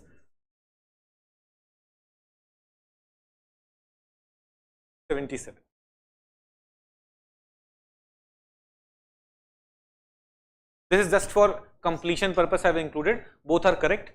Skyroot ने पहला rocket कौन सा launch किया था? Vikram S. Vikram S could not take satellite into orbit. What was its purpose? It was just like a sounding rocket. So it is the first privately developed rocket launched from India. Yes. It was not an orbital rocket. It did not take satellite to orbit, and the rocket went to a peak altitude of 89.5 km. That was the test done. Okay. 78. Which of the following bodies was created for boosting commercialization of Indian space activities and increasing private sector participation? A and C, both InSpace and NSIL are playing a role here. Both A and C. D. So if you want to write something about NSIL, write it down. InSpace के बारे में एक line लिख लो अगर आपको नहीं पता है. NSIL under Department of Space, under DOS, was established in 2019. NSIL under Department of Space, established in 2019, focuses on commercial utilization of ISRO's R&D. ISRO जो रिसर्च एंड डेवलपमेंट कर रहा है उसको कमर्शियली बेच के पैसे कमा पाए. Commercial utilisation of ISRO's R&D. It promotes transfer of technology to private sector. It promotes transfer of technology to private sector. It promotes transfer of technology to private sector. InSpace के बारे में लिख लीजिए. InSpace is a nodal agency under Department of Space. InSpace is a nodal agency under Department of Space and was set up to boost commercialization of Indian space activities. Set up to boost commercialization of Indian space activities. And encourage private players.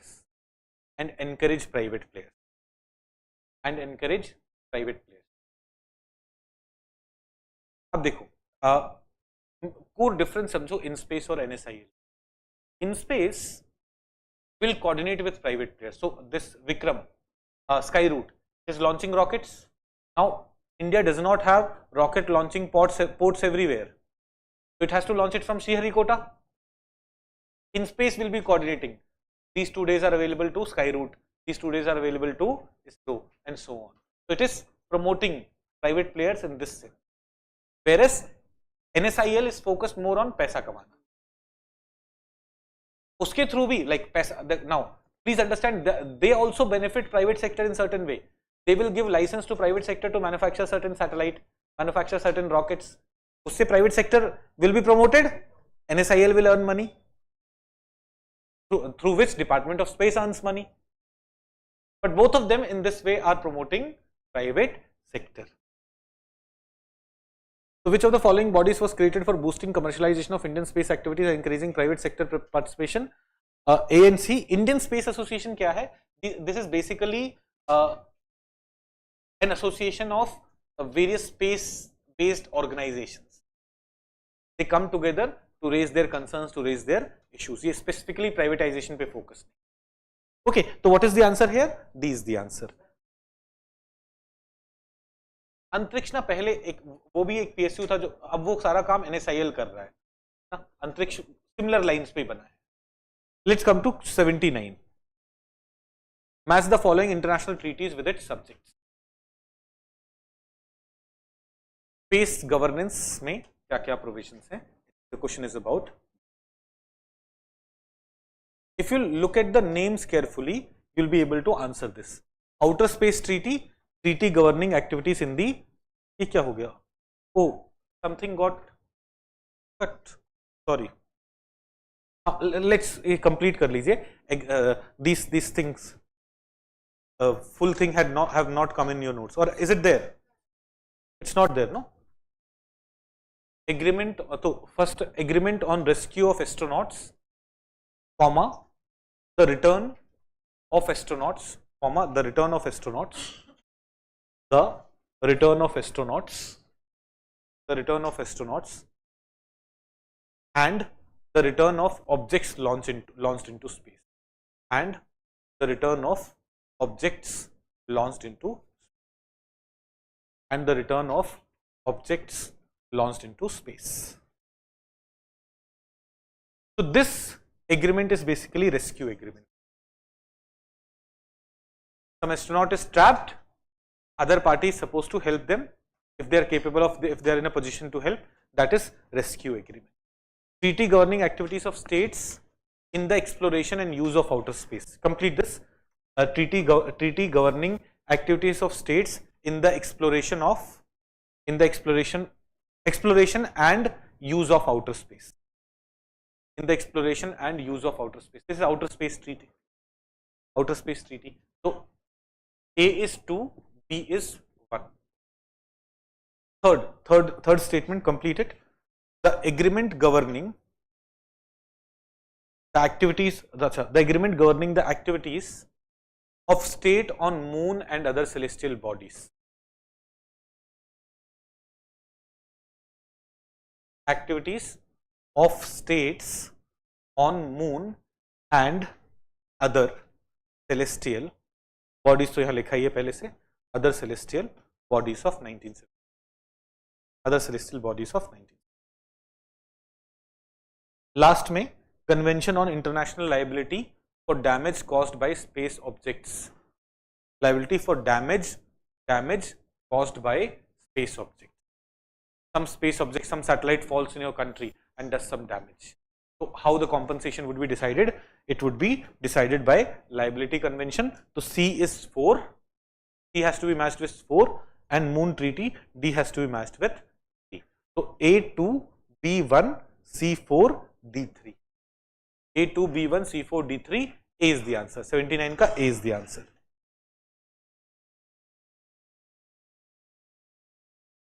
I'm not sure. I studied it on the international front, but I think most of them should be, because India has become an integral part of this. So India respects outer space treaty. India respects most of the law. So most of them should be, but I have not exactly read that India has ratified all these conventions for all these treaties. Okay. Let's come to question number 80. Which of the following is not true about outer space treaty of 19?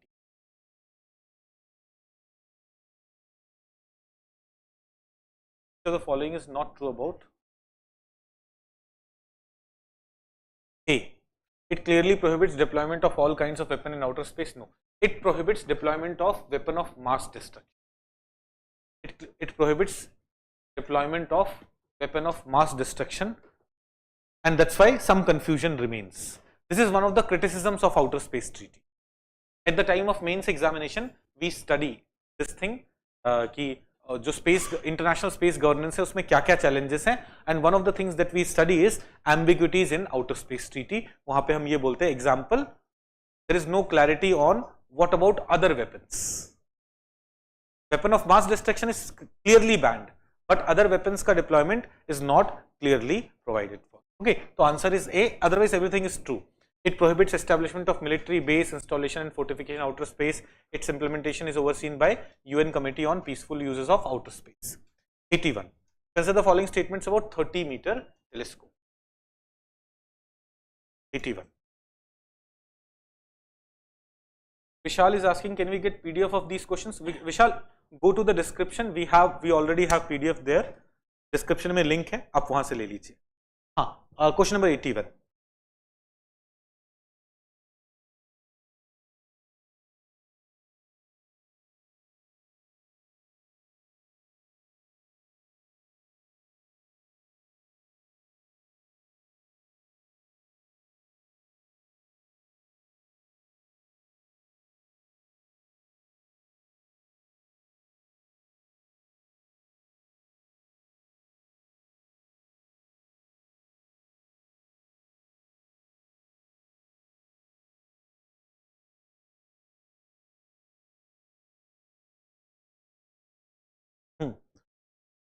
One of you is saying B, other is saying C.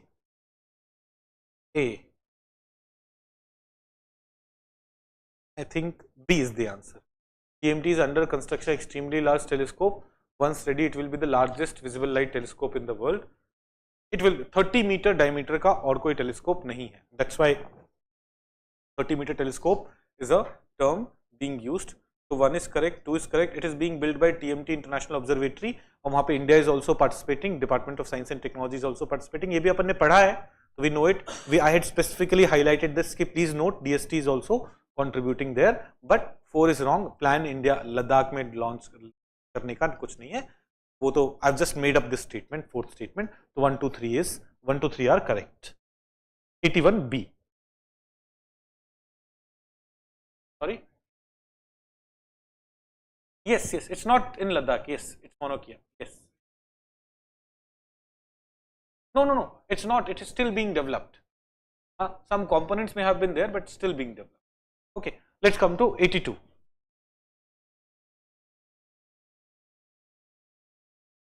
This was in news recently. There was a detailed Indian Express article on a number of countries trying to launch satellites or launch telescope on the far side of the moon. अच्छा, तो इससे आपको पता लग गया कि first statement is correct. A number of countries, several space organizations are planning to place telescope on the far side of the moon. What is the advantage? If you are on far side of the moon, the radiations from Earth, pollution from Earth, light pollution, other kinds of pollution from Earth will not impact you. Far side of the moon will have lesser radio noise when compared to Earth during the long moon. 14 days का moon night होगा. It will be away from Earth, away from us.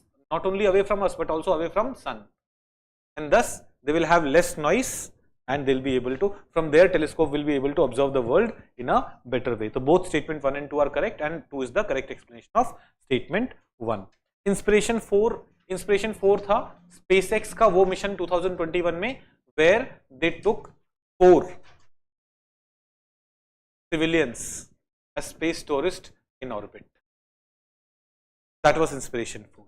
So it was an all civilian tourism crew to space by Blue. नहीं, D is the answer. Just एक minute, मैं confirm कर देता हूँ. हाँ, SpaceX का था Inspiration 4, तो here answer is D. Yes. How does radio noise affect telescope? See, देखो, मैं टेलीस्कोप हूँ, मैं दुनिया को मैं वर्ल्ड यूनिवर्स को देख रहा हूँ. अब मुझे यूनिवर्स को देखते टाइम सन से भी लाइट आ रही है, अर्थ से भी रेडियो वेव्स आ रहे हैं, तो क्या मेरा यूनिवर्स का ऑब्जर्वेशन अफेक्ट हो गया? That is what we are trying to prevent. That is why we launched this thing, James Webb space telescope at L2. Keep it away from the radiation of sun, keep it away from the infrared radiation from earth. Okay, let's go. Inspiration 4 is understood. Inspiration 4 SpaceX का था. Fine. 84. अब ना छोटे छोटे one word वाले हैं, ज्यादा समय नहीं लगेगा. Let's quickly finish this. 84. अच्छा, ये तो SpaceX Inspiration 4 mission took civilians to an orbit mission to height of more in suborbital flight. Weightlessness can't be felt. It I think it came in test Sunday का जो test था उसमें भी ये question आया था.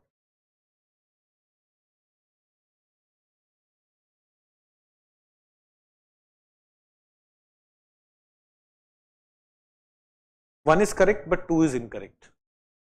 Weightlessness can be felt in suborbital flight also. देखो जो वर्जिन गैलेक्टिका वाला बंदा था या जो जेफ बेजोस वाले थे उनको भी तो वेटलेसनेस फील हुआ था ना. देखो आपको वेटलेसनेस कभी भी फील होगा जब आप gravity you are only allowing gravitational force to act on you. Right now you are not feeling weightlessness because gravitational force is pulling you down, but reverse force भी लग रहा है.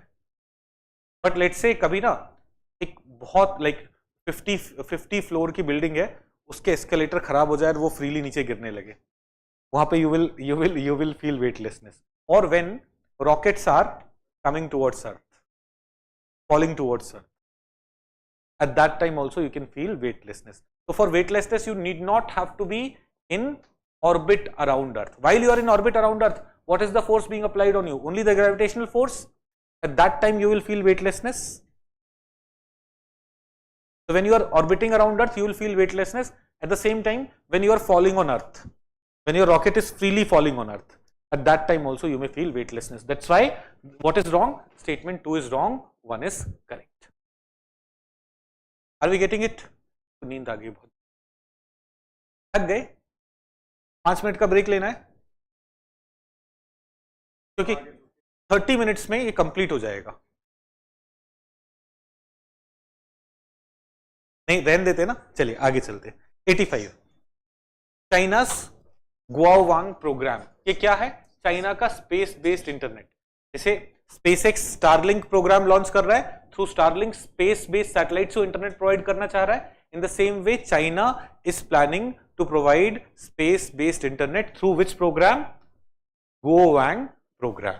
Okay, which of the following is an advantage of launching low Earth orbit constellation for providing space-based internet? Now, to understand this, the question is this: you can provide space-based internet from satellites which are in geostationary orbit, or you can provide space-based internet from satellites which are in low Earth orbit. So, what is the advantage of having satellite in low Earth orbit for space-based internet? One, latency would be very less. Here if you are sending a signal, it will take a lot of time to travel, right? So low Earth orbit satellite can provide higher bandwidth and area coverage when compared to satellite in geosynchronous orbit. नहीं, bandwidth ज़्यादा किसका होगा? इसका. It will be able to cover much larger area when compared to low Earth orbit. One is wrong. LEO constellation reduces the latency of communication to allow almost real-time communication. This is correct. This is correct. LEO constellation reduces the latency of communication to allow almost real-time communication. Are we all understanding this? Okay. LEO satellite can be continuously visible from a point on Earth, and thus one satellite can regularly provide connectivity in particular area. No. LEO हमें पता है low Earth orbit satellite, तो it completes one revolution around 2 hours, within 2 hours. In less than 2 hours, it completes one revolution around Earth. So it cannot be stationary at any point because Earth is going to take 24 hours to complete one rotation, but this satellite will complete one revolution in 2 hours only. So it cannot be appearing stationary. So 3 is wrong. We know 1 is correct, B is correct. So we know B is correct. So B is the answer for us.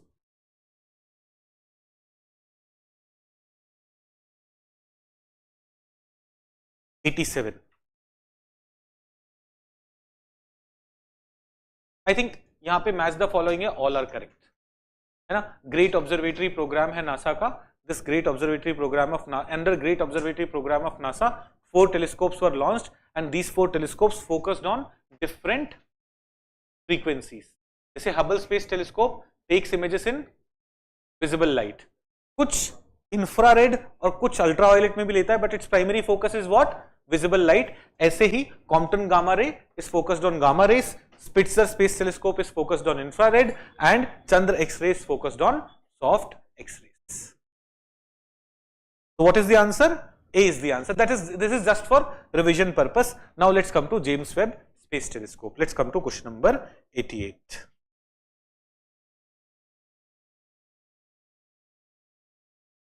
Nahil is saying, sir, please end the session. Nahil, a cross button, a tab on your wherever you are watching it, there's a cross button, press it, the session would end. Whenever you want to restart it, come back on YouTube, and restart it. है ना? This video is available on YouTube. You will be able to end it and start it any number of time. Let's come back. Question number 88. Consider the following statements about James Webb Space Telescope.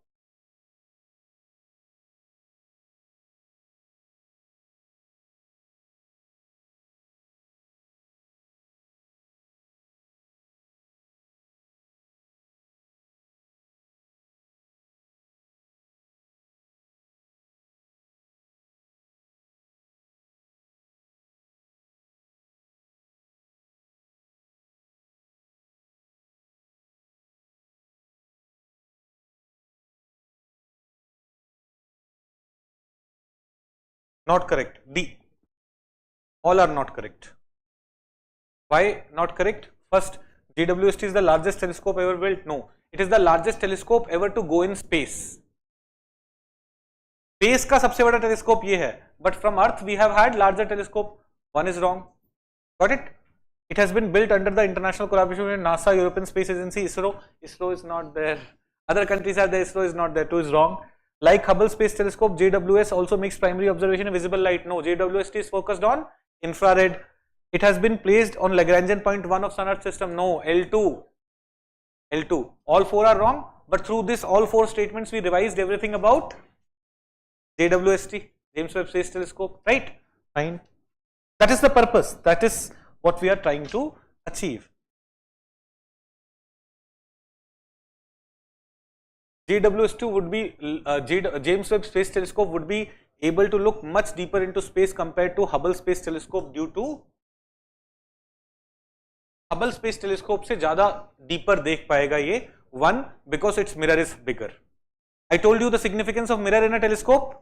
The bigger the mirror, the more light you will be able to get from, more signal you will be able to get from far away sources. Our small eye is able to get very less amount of signal from far away sources. That's why we have very less information. But bigger the mirror, you will be able to get more information from far away source. So James Webb Space Telescope's mirror is much bigger than Hubble.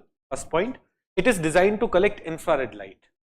Infrared has certain advantages. Infrared can penetrate through places which visible light will not be able to penetrate. First. Second, a lot of visible light because of redshift has converted into infrared. Do we understand what redshift is? No? Redshift. Achha. For those of you who do not know redshift, please understand this.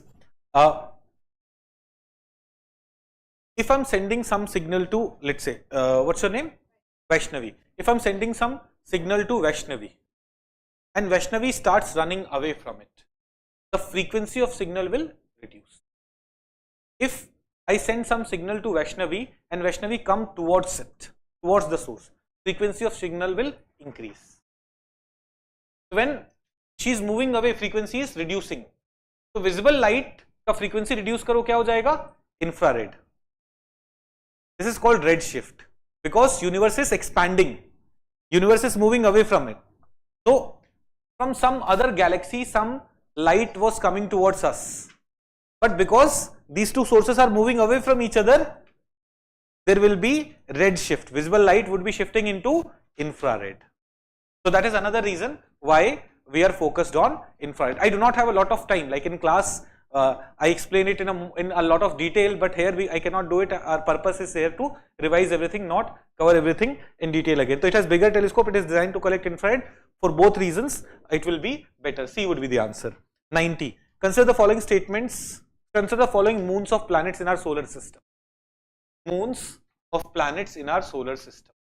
ये अभी recently news में था. Callisto news में था. आप अगर Callisto जाके search करोगे, Indian Express में detailed article था इसके बारे में. So these were in news. Let us understand certain things about moons of our planets. और सुशांत is saying 83 repeat कर दीजिए. वापस जाने का ऑप्शन होता है ना लाइव क्लास में? यार यहाँ टेक्नोलॉजी कितनी बेनिफिशियल है. जब मर्जी बंद कर सकते हो, चालू कर सकते हो, वापस जा सकते हो. Go for it. Arrange the above moons in terms of their size in ascending order, smallest to largest. Let me, and you may not know it because it's factual, but there are certain things that पक्का आना चाहिए हमें. The largest moon of our solar system is ये Jupiter का moon है, it is a moon of Jupiter and is the largest moon. This is the only moon which has its own magnetic field. In fact, this moon is larger than Mercury. Mercury एक planet है, Jupiter के around Mercury से बड़ा moon घूम रहा है. Around Jupiter, a moon bigger than Mercury is revolving. Do we understand this? This is the largest. Then second largest moon is Titan. Ganymede was a moon of Jupiter. Titan is a moon of Saturn. Third largest is Callisto, which is again of Jupiter. So this is the second largest of Jupiter and third largest overall. Callisto is the second largest of Jupiter and third largest overall.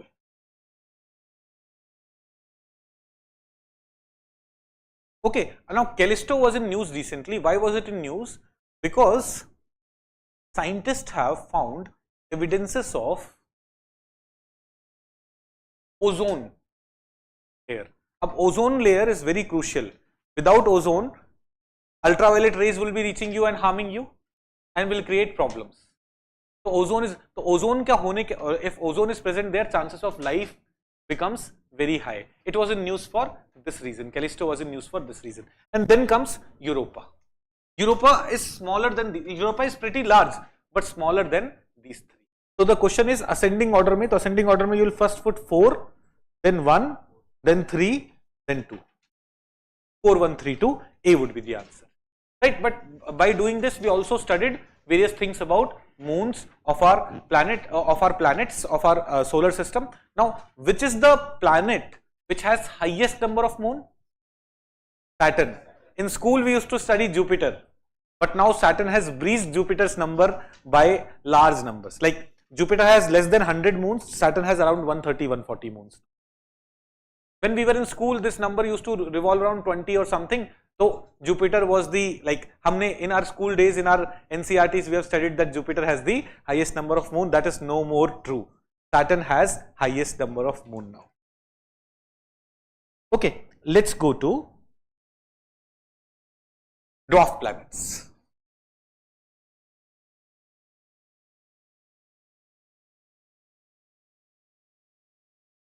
Dwarf planet. देखो, if you remember, there were, for a planet, 3 conditions have to be fulfilled. First, the planet should be revolving around sun. Second, hydrostatic equilibrium. That is spherical shape.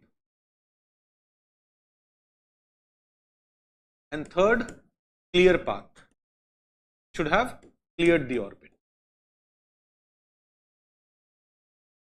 In its orbit, other things should not be there. If you satisfy these 3 conditions, you are a planet. When we go to Pluto, Pluto is revolving around sun. Pluto has acquired hydrostatic equilibrium.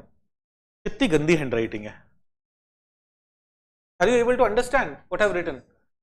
Revolving around sun, hydrostatic equilibrium cleared the orbit. So Pluto is revolving around sun. Pluto is spherical. It has acquired hydrostatic equilibrium, but Pluto has not cleared its path. So Pluto is not a planet. Pluto is a dwarf planet. So if the third condition is not satisfied, you are dwarf planet. Pluto is dwarf planet, Ceres is dwarf planet, Eris is dwarf planet, Makemake is dwarf planet. ऐसे we have 5 named dwarf planets and several other unnamed dwarf planets also. We have covered it thoroughly in class, है ना? तो a dwarf planet should orbit another planet. This is not necessary. Pluto is not orbiting another planet, but it's still a dwarf planet. A dwarf planet should be large enough to acquire hydrostatic equilibrium. Yes, second condition should be satisfied even for dwarf planet. For planet, all 3 conditions should be satisfied. For dwarf planet, first 2 conditions should be satisfied. If this condition is also not satisfied, if you are not spherical, you cannot be dwarf planet. If you are not spherical, you cannot be. देखो asteroid belt में बहुत सारे objects हैं which are not spherical. They are orbiting around Earth, but they are orbiting around sun, but they cannot be dwarf planet because they are not spherical, but one of them is spherical. In asteroid belt एक object है, one object is there which is spherical.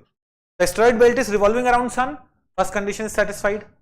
One of those objects is spherical also, it's called Ceres. It is a dwarf planet. So in asteroid belt also we have a dwarf planet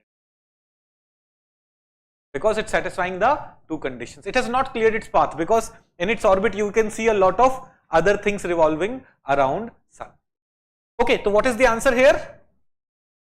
A dwarf planet should orbit another planet of solar system is wrong. A dwarf planet should be large enough to acquire hydrostatic equilibrium is correct. Answer is B. 91 answer is B. 91 answer is B. Let's go to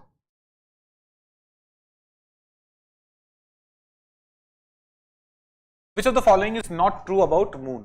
अब आप थोड़ा ना geography का और solar system वाला chapter भी थोड़ा थोड़ा कर ले. While just doing astronomy, you're also doing some of those things. Which of the following is not true about moon?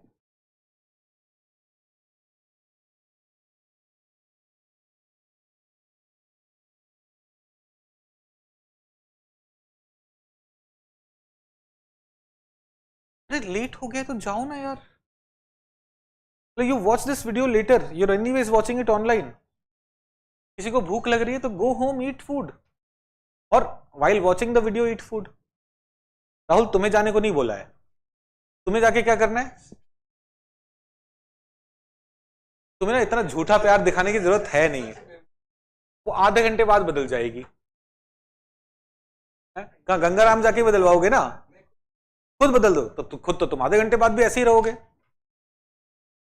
मतलब क्या एक्सक्यूज दे रहा है? सर अक्षित की पट्टी बदलनी है. एक वो लड़का पीपा के सीढ़ियों से गिर गया. एक मिनट, सीढ़ियों से गिर के क्या पट्टी बदलने का क्या सीन आ गया? ये कैसे गिरा था भाई? बॉटल पे गिरा. ये बोलो ना. कहां से नहीं था? हाँ हाँ बचा लो तुम दोस्त को. हाँ? अभी तुमने कांच बोला वो भी तो एविडेंस है.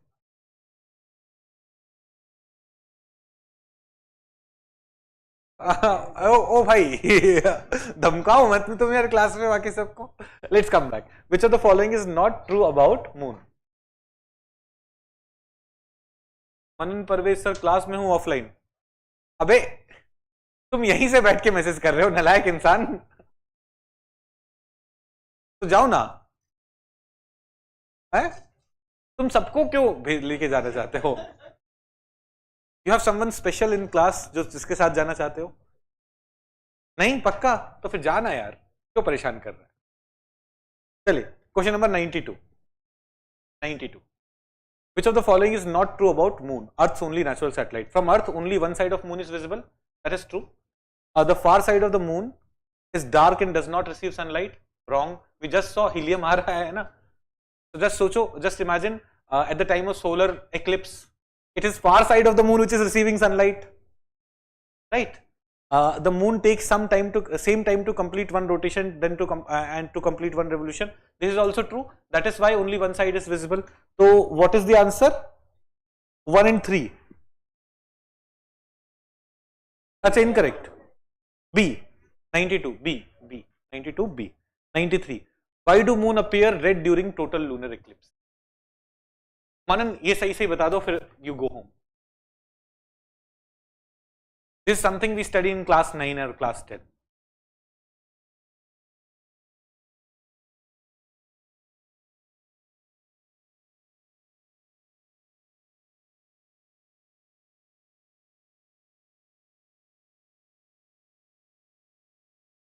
मनन ने सी बोला. What is the answer? B. The higher wavelength visible light gets scattered more.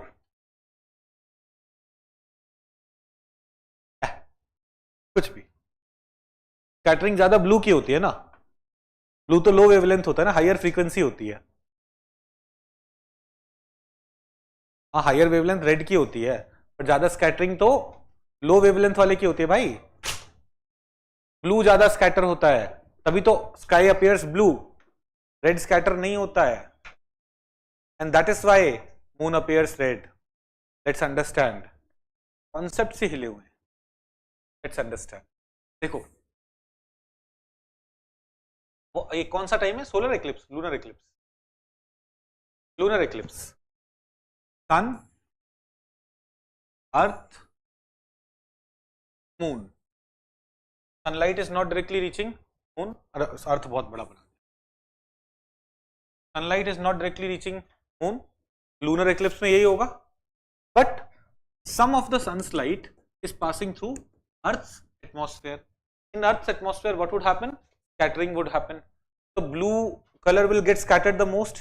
It will not be able to reach there. What will be able to reach there? Red. Red will be able to reach somehow after scattering here, and that red will be reflected and the moon will appear. तो high wavelength वाले की scattering नहीं हुई है, लो wavelength वाले की scattering हुई। Do we understand this? एक बार फिर से समझा दें। किसने? मनन ने? और आंसर तो डी है ना। इंटरनल रिफ्लेक्शन का क्या मतलब आ गया भाई?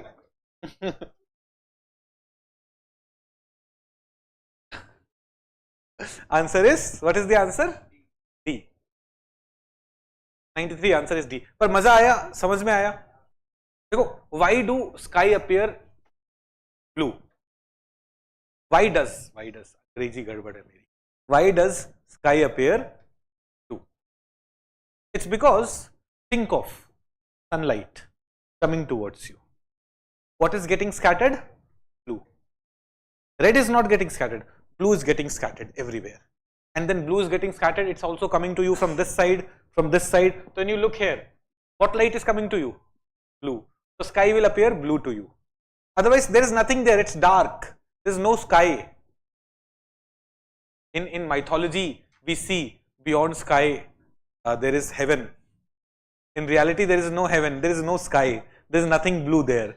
The blue light, the blue thing that you are able to see, it's because sun's blue light has got scattered more and you are able to see it from this side. Why do at the time of sunset or sunrise the sun appears more red? Sunset, sunrise ke time there will be more red color, because when it is far away at the time of sunset sunlight, the light has to travel from through atmosphere more. When it is traveling through atmosphere more, it gets scattered more. Blue goes away. What is left? Blue gets scattered. What is left? Red. Red is left. That's why it appears red. Anyways, so I hope we understand this answer, understand the answer for this question. Let's come to question number 94. Easy. Which of the following planets is known to have highest number of moons? Saturn. Okay. A. 95. Which of the following is true about Goldilocks zone? Do we know what Goldilocks zone is? Habitable, so water must exist in liquid form. A. 95 का भी A होगा answer. Let's go to 96. Which of the following is not true about sun?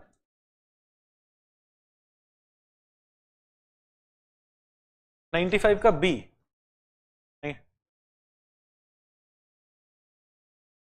Zone of which of the following is true about zone of solar system which would be engulfed by the star when it acquires red giant stage? तो उसमें Goldilocks zone का क्या मतलब है? समझ गए? कुछ भी मन में कुछ और सोच रहे थे? 96. Let's come to 96. Which of the following is not true about sun? The maximum temperature of sun is around 1 million. No. At the core, what is the temperature? 15 million degrees Celsius. That is where fusion takes place. Fusion cannot take place at a temperature of 1 million degrees Celsius. Okay. 97. Consider the following statements about outer layers of the sun. देखो sun के inner layers होते हैं core, radiative zone, convection zone, and then there is outer layer, photosphere, chromosphere, corona. CRC, PCC. Photosphere, chromosphere, corona is the outer layer. Core, radiative zone, convection zone is the inner layer. This is the situation of sun. Consider the following statements about outer layers, atmospheric layers of sun. 1.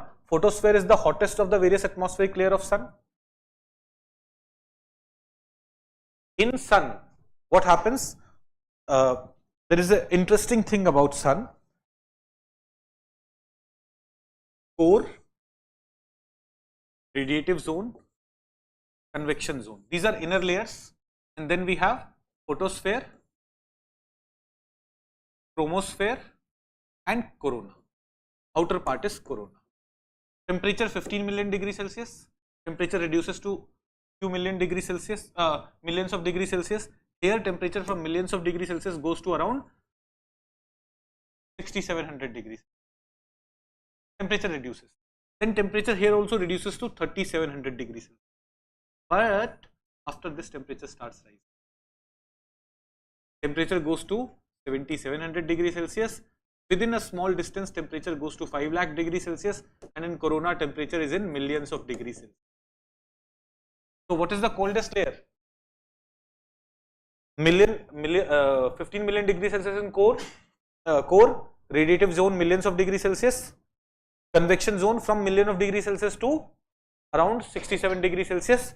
Photosphere mein temperature decreases 6700 degrees Celsius to 3700 degrees Celsius. This is the coldest zone. After that temperature again starts rising. So photosphere is the hottest of the various atmospheric layers? No. It is the coldest of all the layers of sun. Chromosphere temperature increases as we move away from sun. Yes. After photosphere we will have chromosphere, that temperature has started increasing. Corona can be seen by naked eye during a total lunar eclipse. Yes. Total lunar eclipse के time जो outer part आपको दिखता है, that is corona. So what is the answer? 2 and 3. 97 का B, 2 and 3. Let's complete everything till 100. After that I'll give you the answers. And tomorrow we'll only discuss those questions for which you will not be able to solve it. Okay, let's finish everything till 100. For next 30 questions I'll give you the answers, and we'll only discuss those questions tomorrow which you are not able to solve. Because tomorrow we have to come with another 130 questions of biology, biotechnology and nuclear science and technology. Okay, so let's do this. Which of the following is true about solar winds? 98. Which of the following is true about solar winds?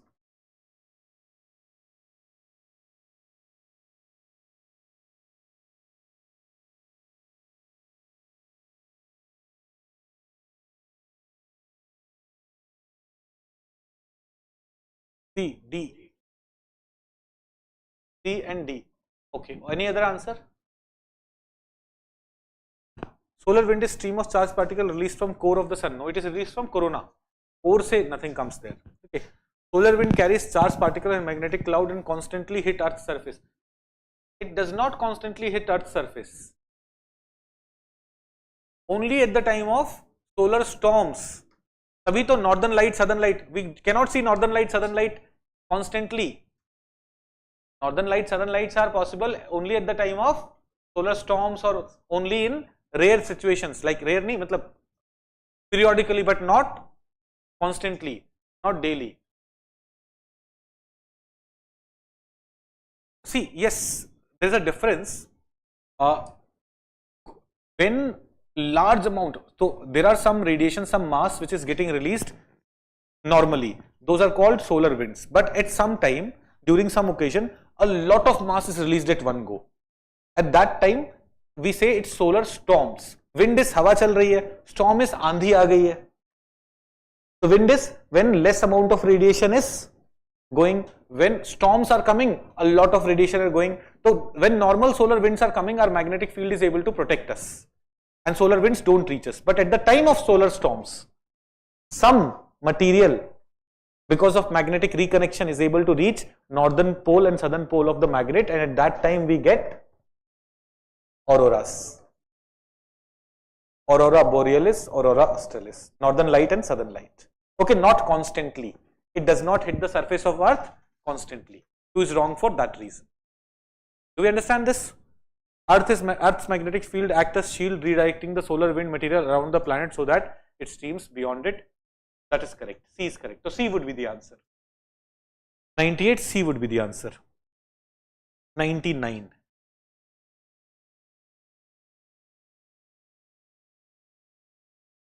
Difficult part आया है. 99. See, UPSC has regularly asked questions on solar storms and all. Abhi, I think in 2021 they had asked a question on which of the following will be affected by solar storm, something like that. One of the statement was tsunami, that was wrong. Yes. So the UPSC keeps on asking these questions. We should be prepared with how solar storms function, how solar winds play a role, how do they work, what is their negative impact, what are the how are lights formed, the northern lights, southern lights. You should be aware of those things. Let's come to this question. What was this question number? 98, 99, 99. During sunspot maximums, the Earth will see an increase in the northern and southern lights and a possible disruption in radio and transmission. If sunspots are active, more solar flares will result, creating an increase in geomagnetic storm activity of Earth. Both are correct. Both are correct, and it is the correct explanation. Let me just briefly explain those people who have not been part of our classes, so they do not understand this. Dekho, what happens is, this is our sun. Now the activity in sun is not constant. It also follows a 11-year cycle. There will be a peak period and then there will be a lower period. At the time of peak period, when activity is very high, at that time, lot of coronal mass ejection would be happening. So when corona is what layer? Outer layer. That is in plasma stage because temperature is in millions of degrees Celsius. And when some mass is ejected, a lot of ions have been ejected, a lot of hot material has been ejected, so their darkness would be left. That is called solar spot. That cold area would be left, that is solar spot. But at that time, what does solar spot indicate? A lot of mass is being ejected towards you. So there will be solar storm and there will be a lot of radiation reaching us. Okay, so now let us look at this question again. During sunspot maximums, जब sunspot सबसे ज़्यादा हो रहे हैं, when sunspot is a lot, it means a lot of mass is being ejected by sun. During sunspot maximum, the Earth will see an increase in the northern and southern light and a possible disruption in radio transmission and power grid. Do we understand this? Okay. Why? If sunspots are active, more solar flares will result, creating an increase in geomagnetic storm activity for sun. Both are, one is correct, two is the correct explanation of this. Okay. So A is the answer. Let's go to question number 100. It was asked in Prelims 2022. If major solar flare reaches the Earth, which of the following are possible effect on Earth?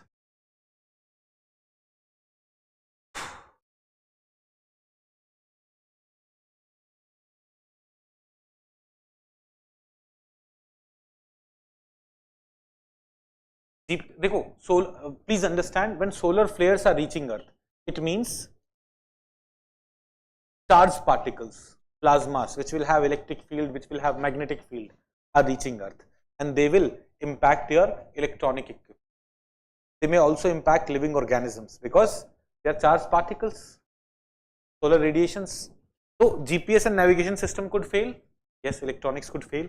Tsunamis could occur equatorial region. Why would tsunami occur? Tsunami would occur when there is tectonic movement. Water has been shifted. 2 is wrong. By 2 is wrong, you can actually do this. You need not know everything here, but nowadays UPSC is not asking this kind of question. Nowadays they have pairs wala question. So we should know other things also, why something is correct, why something is wrong. So if 2 is wrong, you are left with 1, 3, 4, 6 and 7. So 1, 3, 4, 6 and 7 are correct, means 2 and 5 are wrong. 3, power grids could get damaged. Yes, electrical, electronic things could get damaged. Intense auroras could occur. You understand that? Forest fires could take place over much of the planet. Now, forest fires का कोई reason नहीं है. Why would forest fires take? When electric field, magnetic field, lights may occur. When those charged particles interact with particles in the air, light is produced. So northern light, southern light may occur, but all over the country, all over the forest fires could take place over much of the planet. Even during solar flares and all, what happens towards North Pole, towards South Pole, because of magnetic reconnection, the charged particles are able to reach. They are not reaching all over the surface of Earth. Are we understanding this? That's why it is wrong. Orbits of satellite could be disturbed. Yes, satellites are electronic, they could be disturbed. Shortwave radio communication of aircraft flying over polar region could be interrupted. देखो polar region के ऊपर it could be interrupted because polar region के ऊपर by magnetic reconnection where is the material reaching? It is reaching the polar region and there it could be affected. Right? Okay, so this was question number 100. Write down answers for rest of the things so that tomorrow we'll just discuss your doubts rather than discussing all the questions. We'll be starting with nuclear science and technology, biology and biotechnology tomorrow. Okay, we have to do that. We have to follow a timeline, strict timeline in order to complete 3000 questions. So here I'll just give you, or if you're okay, we can continue discussing. We can shop at home. You can saw it at home. अच्छा मैं पढ़ाता रहूं. I can dictate the answer tomorrow. नहीं, so don't write it there. Write it at the back. No, write it at the back so that tomorrow I should not be starting with the older booklet. है ना?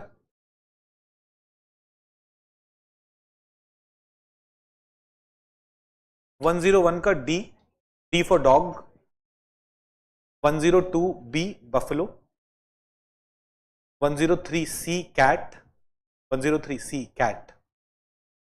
104 C cat. 105 C cat. 106 D dog. 107 dog.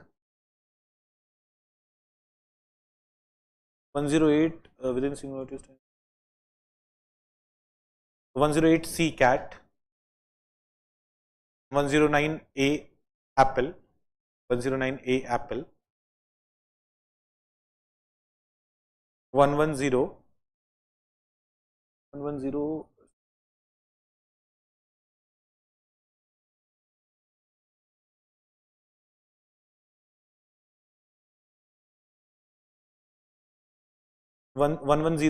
answer is B for buffalo. 11 answer is A for apple. 12 A for apple. 13 B for buffalo. 14 B for buffalo. 15 C for cat. 16 A apple. 17 C cat. 18 A apple. 19 B buffalo. 19 B buffalo. 20 C cat. 21 D dog. 22 A apple. 23 A apple. 24 C cat. 24 C cat. 25 D dog. 26 B buffalo. 27 B buffalo. 28 एक minute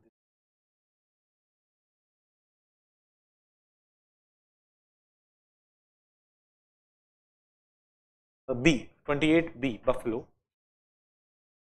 29 A apple. 30 D dog.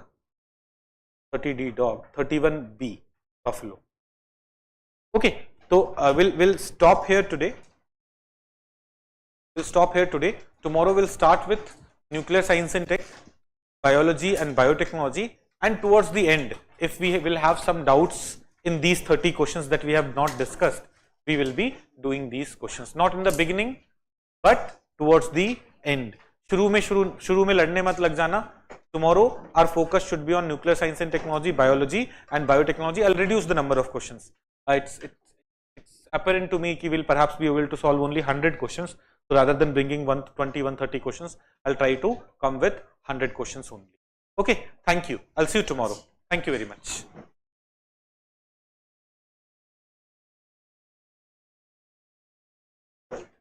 अच्छा ये online बच्चे बोल रहे हैं पढ़ा दो. अब हो गया यार, 9 बजने वाले हैं ना, बंद करते हैं.